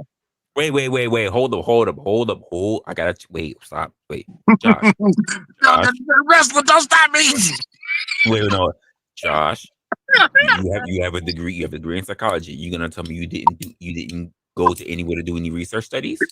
Yes, but I mean, what he's talking about is the concept of He just got caught up in a boat. Wait, just let me do it, Resla. Let him do one. Go ahead. Sorry, go ahead. Wait, it's too bad. You already fucked it up. Go ahead. Damn it. I can't remember the line of questioning I had, because he's literally ruining himself every time he opens his mouth. But anyway, you don't have a background in doing research, right? No, I'm not into analytics. No. Okay, you're not into analytics, but what about research? Comes with the job, but it wouldn't be what you would probably claim with it. I mean, foundation, like when it comes to completing data processes, when it has to do with your job, it's not actually doing research. That's just you performing a function at a job, right? So when I'm talking about doing research, I'm talking about compiling information, studying over the averages, coming together with the ratios, and then coming out with a hypothesis for a conclusion. Do you understand what I'm saying? Yes. Okay. So with that being said, do you have any background in doing research into medical practices and physical and or mental? No. Okay, so would it be fair to assume that any information that you would give concerning this subject would only be in theory by someone else's basis? No, it'd be a claim. It would be a claim based off of results. Results that you don't have. Results that you don't have any knowledge on how to complete the research on. Limitations within federal employment. Probably the limitations within federal employment that you don't know how to do the research on when you're coming to when you're coming to a conclusion and presenting the information to where it's easily understandable by the common man. You don't have any research skills to complete. And I'm not saying this to be derogatory, but I'm just saying this: when it comes to these specific subjects, unless you know how to speak to these specific subjects, when you're talking about the data and you're only coming from a federal perspective, you might Yes, want to because my reconsider. claim is based off of limitations of employment. But here's the thing, right? When we're talking about humanity, we're talking about research of physical and also mental. There is no limitations. It's only boundaries. The only boundaries that we have is that we just haven't progressed that much into that area of research. But for those who have been studying this for quite some time, who have been putting in the work, actually, and I'm not gonna ask Raw G to actually pull up any of her certificates or any of the accolades or things that she's done, because she's done a lot of work when it comes to this particular field. That's why when I just heard you go up here going back and forth with her, I was like, oh yeah, somewhere down the line, he gonna get his neck blown off. But he's not gonna realize it yet because he's too focused on Her the claim is to oh focus wait, on the wait, you're too or her focused goal. on the semantics. You're too Yeah. focused on the semantics. And I get So that, right? But her here's the goal thing. is to focus on the children. It's No, basically okay. get What's them wrong with focusing on the children? The research the for the children. consequences that come with Was them that my having goal? a jacket. Okay, but It did you ask her? doesn't Did you give ask them a her? Did you jacket. ask her? Did you ask her if that was her goal, or did you just assume that was Well, her no, goal? she clearly stated it. She said Oh, she no, No, I was she wanted- never clearly? stated Oh, that. wait, hold on, wait. Now I'm going to give you a taste of your own medicine. Recall what her statement was. Let's see here. She worked. No. for- Don't summarize. I need No. word for word verbatim. Oh, I can't do verbatim. That was That a bitch. No, she went on a diatribe like your Doesn't girlfriend matter. does Just like you everywhere wanted her she to goes. recall your statement, You I go on a want you to diatribe recall her every time you statement. speak. I only Make the statement. Repeat the statement. Repeat the You're the statement where I loudmouth said that was bitch up my here, goal. not me. Diatribe, tactician, psychologist. You are the That is loudmouth not a bitch up here, researcher. not me. That is not a researcher. Go ahead, tactician. You are Make the my loudmouth statement back. Make my statement back. Oh my god. So Make my statement her back. diatribe Make my was statement that back. she works for a program that basically tries to get county outreach, basically get funding to these counties. I never said Her I goal worked for is a basically program that her tries goal to is get county that. by outreach. her own claim is her interest is in the children. I tend to kind of agree with that. That is a thing actually that was happens. not my claim, but yeah, okay. Yes, get the kids Joshua, treatment. Joshua, you can't. Here is Hold on, wait, don't baby. put pressure on the Joshua, you can't keep altering. Joshua, you can't keep altering your conclusion when you don't know. It's easier to say, Raji, could you please recall what it is that you said, please? It would be all right if you. It would be all right if you at least asked her or at least paraphrase. But you kind of just made shit up though. I was trying to paraphrase. No, you made No, shit you up. wasn't. That's You was doing a terrible job at it. Yes, she stated. No, you're coming with perspective. okay. You're not stating what she said. You're All giving right, your let perspective. me know when you want the answer to my question. Okay, cool. Go ahead. Give us the answer. When you want, Wait, hold on, wait. You asked him a question, Wait, and he wants to know you to let him know when you want the answer to Right, his watch this. question. I'm about to let him. Wait. Wait. Baby, watch this. All right, this is the answer. This is when I want the answer. At the end of my sentence, this is when I want the answer. I want the answer that is the reclamation of what it is that she said and not your perspective or thoughts. I just want what you said. It's going to be a summary. No, I don't want a summary. I want what she said. Then I'm not going to give you Reclaim my statement. I don't want a collective of thoughts of what you thought you heard. I want the actual words verbatim, good sir. No. You know what? Wait. Hold on. Stop. I'm gonna try to be a little fair. I know what Ross said, but I can't even say myself verbatim what she said. That's the point. I'm pointing out the hypocrisy in his thought process. But wait, Resla, because what I was about to say, he can easily just ask, Raw, what did you say? Hey, babe, ahead, hold baby. tight. Hold tight. I want Joshua to tell the people his summary of what I said, and then I want Resla to tell the people what I said. So the summary of what she said is basically she works for a program that basically works on getting kids or getting funding for counties, blah, blah, blah, goes down this. Her goal is to focus on kids. I'm assuming she means in specific areas, but is what it is, right?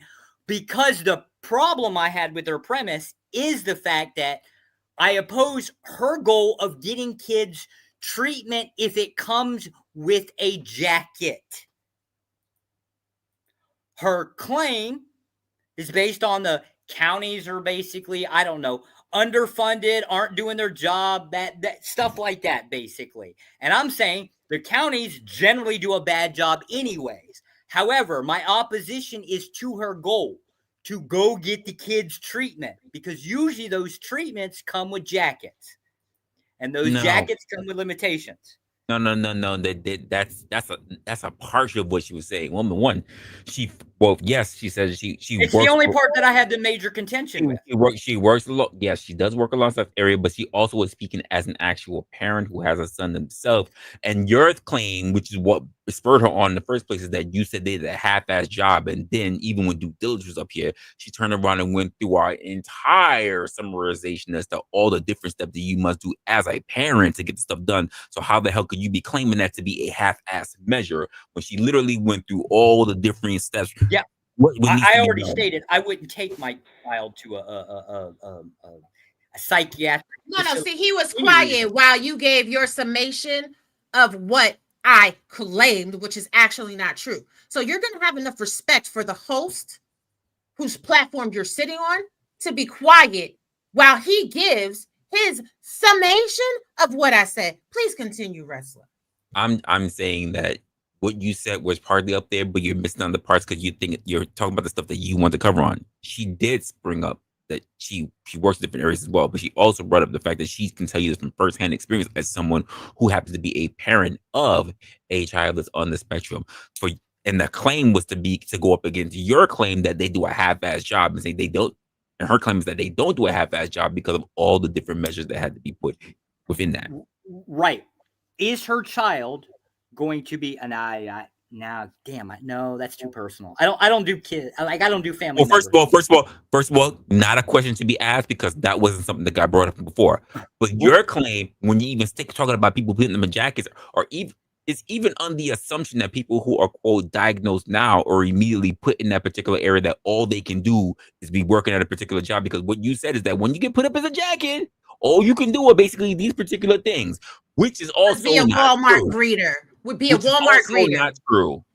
Yeah. So here's an example. Disrespectful to James, because you have an adult right here that has autism spectrum disorder. That's for fucking An example would be when you fill out an employment application, or say like for a carry permit or something like that, right? They usually ask you this weird, vague question: have you ever been diagnosed? No, they do not. Bullshit. Never once interviewing anyone have I ever needed to ask that question. I meant I'm sorry. I apologize. Within the federal government. Okay, well, the federal government. Because that was crazy. I apologize. Work with a fed. I don't work with a fed. I don't say like the concept of going to get a job at McDonald's. If it is the case that the vast majority of people say, okay, I'm okay with my child working with McDonald's, and that's, like okay for the rest of his life, right? I'm talking about the concept of careers. Now, if we're talking about, I don't know, working for Google or something, I hope. Depends on what you do in Google. That depends on what you do at Google. And even accommodations for people that are on the spectrum. I was gonna get there, James. This is why I say it depends on what you do at Google, because despite whatever the claim may be, the one thing we do not put up is practices of discrimination. Yeah. Right. It's against the law, literally. Yeah. They can't ask you questions like that on employment applications, not even for the federal fucking government.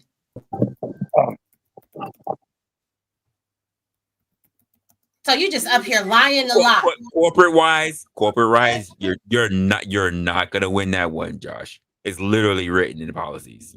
You're not gonna win that one. That is a law. Right in policy. They have it posted on a board when you work for a company that's incorporated. That's literally within your rights to work. Like, what are we doing here? Wait, Josh got blew out the motherfucking water and I missed it? Again. Damn, but Yeah, I'm supposed to believe that he got you kicked out of a community. God damn, ain't that a bitch? All right, cool. When he actually got kicked out. That part is funny. Oh, he A-tip think I That don't know lost that his story. wrench and everything. Lost He his think wrench I and don't. everything. He think I don't know that story. He must not remember. I was there too. yeah, He must not remember. We still got the screenshots. Still got the screenshots. A-tip directly asked you. What? A-tip. Oh shit. Never mind. Doesn't matter. Oh, okay, cool. Okay, cool. You sure you want? You sure you want to do that right here? It doesn't really much matter.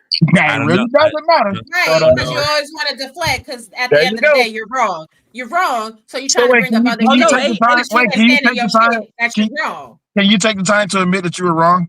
no. A-tip is absolutely part of. No, that's not what we're talking about. We're talking about this A-tip is particular part topic. of your. No, we're talking about this topic that we was talking about before that. Not the whole this bullshit of you getting her specifically get kicked out of the community. I'm talking about this shit, this whole thing about the spectrum shit, all that shit, the government shit, the federal. Can you just go ahead and admit that you was wrong? It'll be my pleasure just to laugh.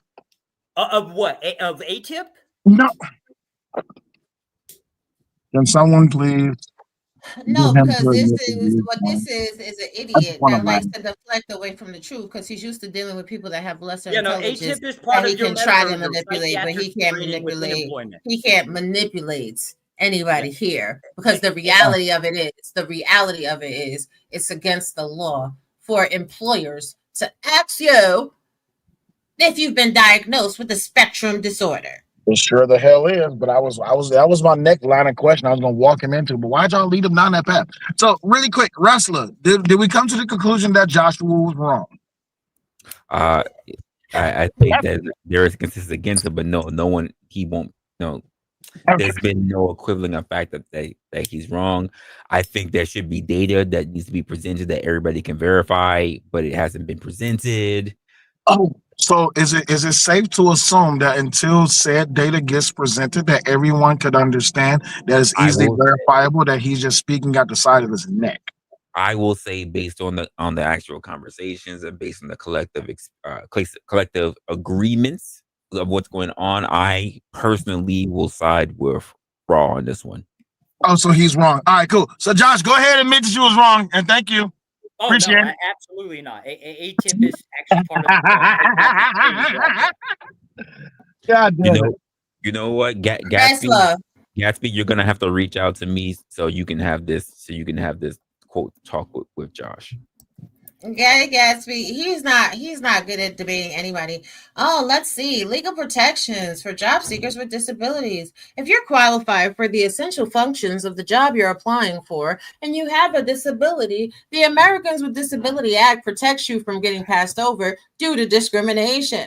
Qualifications includes having the requisite education, experience, and skill set needed to excel in the position, and the ability to perform the job responsibilities with or without accommodation. This means that employers cannot discriminate against you during the recruiting, hiring, and training processes. And they also can't discriminate against you when it comes to promotions, benefits, pay, and job assignments. During the interview process, employers are also not allowed to ask you questions about your medical history or health. Whether you filed workers' comp claims or whether you have disabilities, they can, however, ask questions about whether you are able to perform job responsibilities with reasonable accommodation. While this protection creates an ideal hold-on scenario, discrimination can be difficult to prove in many cases. In the event you feel as though you're being discriminated against, you need to file a claim with the EEOC within 180 days of said event taking place. Because if they do that shit, you can get a whole bunch of money by switching to Geico, because that shit's against the law, stupid motherfucker. So, question for Joshua. Sir, you as working as a agent of the government. Is that fair to say? I don't want to call Agent of chaos. Say no, the agent of chaos. I'll just say agent of government. I don't want to call him a Fed just yet, right? So, Ain't no would you, goddamn Fed. okay, as an agent of the government, have you ever been asked about your mental health? Yes. Have you ever been asked or have you ever been diagnosed? Yes. Okay. Have you Oh, ever, he's a schizophrenic. I understand. Yeah, he was diagnosed with ladyboy lover syndrome. oh Lord Jesus. Have you ever been told that you were unable to get a promotion due to your diagnosis. No. You know why that is? Mm. Yeah, you're gonna like what claim to some I'm just asking a question. Do you know why that Just is? answer the question. Yeah, no, I have no idea. I never been Hold on. diagnosed. I got something to do at work. Somebody take over. Well, the reason is if you'd ever got diagnosed, you couldn't get passed No, you for promotion. you can't hold most of these based positions on your with the diagnosis because of the acts for Americans with disability. No, you can't hold any of these positions with a diagnosis on your record. What? Yes, you can. What position? Jesus Christ. Yeah, What okay. positions? I don't know of any position you can't hold with a diagnosis on your record. Well, there's lots of them.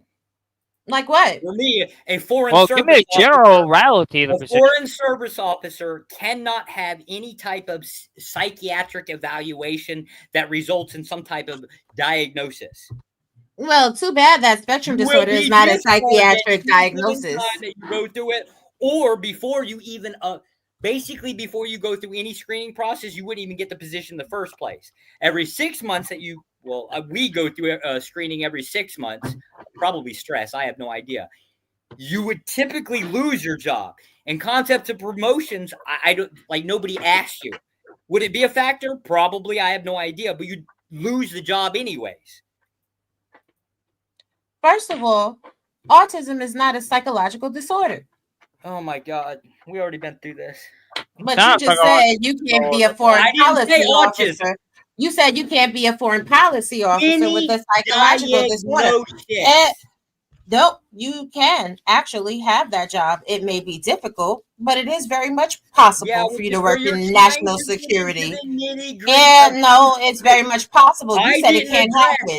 You said it can't happen. You said it can't happen. Yeah, but autism was you said any diagnosis. You said any diagnosis. You said any diagnosis. All said any diagnosis. All right. Final thoughts. Final thoughts. Let's put up our finals up there. Everybody, I want to be able to say where the lovely people can find you. What's the final thoughts on this actual episode, so we can start clearing things out. I want to go with first James. Then we go with Will, Angry, Raw, and of course, ending at the end will be Joshua. I want to go last. I don't want to go. I don't want Joshua going after me. I want to go last, please. Fine. The lady goes last. But yeah, any final thoughts? Yeah, life is about choices. It's about trade-offs and also other people. Because life is full of different things that happens, and we have to make different decisions that will lead to how it will affect you and other people around you, and also have to make trade-offs for those same things, so we could either A, better the lives of people around us, or B, it could potentially worsen the lives depending on what the consequences are of our choices. So yeah, hopefully we will make great choices and everything, and come together and try to work together as people. But yeah, for now, y'all have a good one. Good night, man. See you. Bye. Bye. Snowman. What's up? Thoughts on what's going on today, Aaron? Shit, man. I just want to say that if you haven't heard yet, Doge found in the Treasury Department that they were spending $1.4 million to do studies on bubble wrap stress relief. $2.3 million on lessons on how to do clown balloon animal folding. They also found studies on for $6.9 million as far as for smart toilets anal print recognition studies. All right. The other one was $2.3 million in NIH cocaine studies on dogs. And the best one that I found today, they spent $118,000 to study the Thanos finger snap. So, folks, regardless of what our differences are, I think we all can agree that we're tired of getting robbed by our fucking government and them spending our money wastefully. And if that doesn't bring us together, I don't know what will. That's all I got. Oh, they have way more. We have way more stuff that's worse. That's hitting up. Oh, it's disgusting.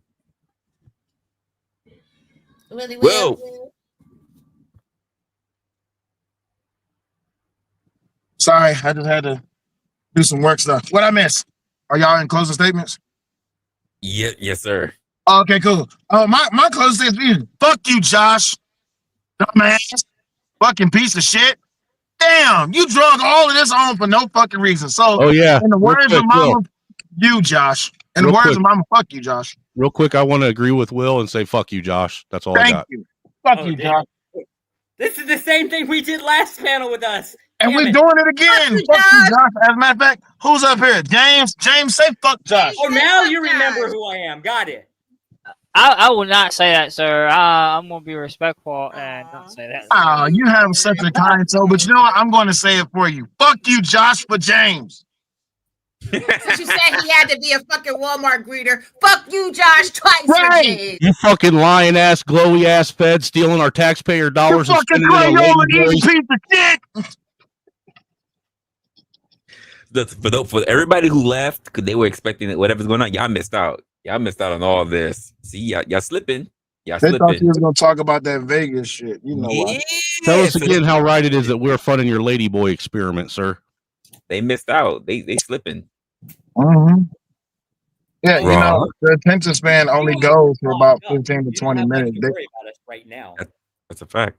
Yeah, they only came for they knew you was at Vegas, and they was like, oh, well, wrestlers going live, and other people. Now I'm not gonna say everybody's name, but other people not going live and talk about all we got is community posts, but wrestlers going live, so we're gonna come here. All right, Yeah, cool. I know pretty much everything, but I'm not gonna You don't know say nothing. Take that back. You don't know shit. yeah, you're right. You know what? I don't know nothing. Damn. God damn. I wasn't Baby, go ahead. even there. I wasn't even there. I wasn't There even you there. go. Josh is going before me. After Oh, by the way, shout out to Resla, Raw, Josh, and Josh, Willie, Will, bro? and James, and Nah, fuck he you, didn't Josh. Most definitely. What's up, Ranger? All right, Josh. Go ahead. Fuck you, Josh. I strongly encourage you to go get your children treatment, get a jacket on them, right? Because that's really what our society needs is more losers and door greeters at Walmart. Dude, pull all the big, humongous black dicks out of your mouth. That's crazy. That was a crazy statement. And by the way, for you and everybody in the chat, so they know, it said "F you, Josh." That's the super chat, strictly in. And Raw. Yes. Can you drop him off the panel while I'm giving my final thoughts? I don't want to be As long as you say interrupted by a something, topic. as long as you say something about his dudes with tits fetish. Oh no. Go ahead. Go ahead. You know what? Fuck you, Joshua. I'll give you full screen. Go ahead. Thank you. Fuck you, Joshua. On behalf of everybody that has autism spectrum disorder, from the babies to the full-grown fucking adults that do more than work as greeters at motherfucking Walmart, I hope that one day when you get tired of sucking on penis and you use the sperm that you have harvested, Jesus. You use the sperm that you have harvested to have a baby in a fucking artificial womb, that child has autism spectrum disorder, and they wind up on the severe end of the disorder, and they wind up being a greeter at Walmart, and you have saved up enough money that you can fund the rest of their life because your child will be the only fucking child that is a motherfucking loser on the spectrum. You sound real crazy saying some dumb, egregious, motherfucking hateful ass shit like that. But it's okay because you're really a nobody. You're not a psychologist, you're not a tactician, and you most assuredly are not a fed. Because see, that question that Cell asked you is really a trick one. When someone asks you if you have experience in research, you work for the federal government, allegedly. They're the biggest researchers ever. That's what they do all day, every day. So if you don't know that, my nigga, then you really should just simply be quiet. The fact that you're always touting out that you're white, you're probably not white. You're probably a mixed breed human being, biracial at best, very much upset because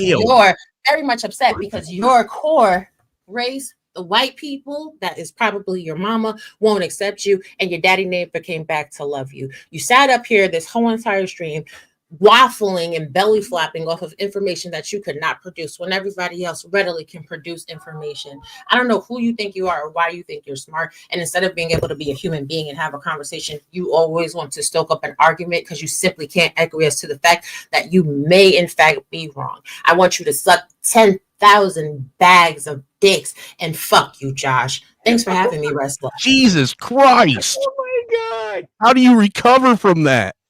Oh shit! Oh, fuck me. Pause. Yeah. Damn, See? that is Let cool. him have it. Uh, All right, I need, Josh, you deserve every bit of what you just got. You brought out the B in Raw G. I need to. Whew, okay, I need to. Jesus Christ. Oh man, shit. God, didn't expect that ending like that, but leave it up to Raw G to do it. Leave it up to Raw G to do it. So we got a lot about we got a. Whew, yeah, I got to recover from that one. We got a lot of conversation that was about the autism spectrum, but originally we did have a conversation which was about choices, trade-offs, and of course people that you deal with in life. I do want to make a little bit of a conclusion on that, and I'm gonna end it by saying that at the end of the day, life is a series of choices. A series of choices, whether it is small, some of them are massive, but they all shape pretty much who we are and how we're going to move through the actual world. The hard truth is you don't get to make choices without consequences as much as people want to think otherwise. You don't get to act off your trade-offs only. And no matter what your choices are, you affect the people that's going to be around you. Sometimes in a way you never anticipated. So what do you do with that knowledge? Do you make moves in silence? Are you talking about guarding your own words and you're protecting yourself at all costs? As we've heard some things today, do you let loyalty guide you even when it's not returned? Do you step into the fire and face the fallout of all the stuff that's going to be ahead of you, or do you sit back and you watch all the pieces fall apart? Because let's just keep it a buck, whether we like it or not, people are watching, people are judging, and they're waiting. Some are waiting for you to succeed, to get through it all, but let's be honest, a lot of them, they're preying on your downfall. Others are just out here to watch the car crash. And the nature of the game is pretty much, if you don't see what's going on there, you're already losing. But here's my takeaway. And it's sometimes I hope I hope you sit with your conversations afterwards, right? And I'm hoping that you don't owe anyone any explanation to these people who have already made up their minds about you. Haters are going to hate, and there's no coming back. They're always going to talk shit about you. You don't have to play their game just because someone else sets the rules. And at some point, you have to decide what's worth engaging in and what's worth fighting for and what's just noise. And maybe, just maybe, that's the real power. Not the choices itself, but owning it. Not letting other people dictate to you what the narrative is. Not by playing their spectacular wants and their spectacular games and what they think that you should be doing, like apologizing like crazy. But how about just standing firm in what you actually believe and what you actually know to be true and letting the rest sort itself out? With that being said, I appreciate everyone, every single one of you who came through, who actually stayed by for tonight. I know a lot of you guys came in because you wanted the tea. And whether you agree or disagree, or you just sit back and you listen, if you take anything away from this, let it be this: life doesn't owe you easy choices. But how you do handle them, that's on you. Guys, if you haven't liked the actual video, if you'd like people to actually engage in this kind of conversation, well, be sure to share the channel, let people know that we are doing this kind of stuff. And I will see you on the next one. Until then, take care of yourselves, take care of your families, and of course, y'all, stay opinionated. Till next time. Oh, look at that. Look at that. Shit don't work the way I needed to.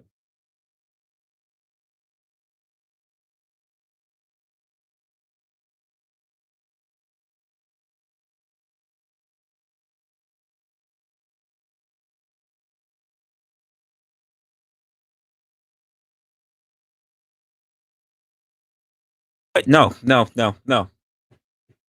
We're not gonna end it because I didn't do this properly. I want to actually just thank everybody who actually came up. This I normally don't do this, but I'm gonna do this right now for you guys. I'm gonna drop the link.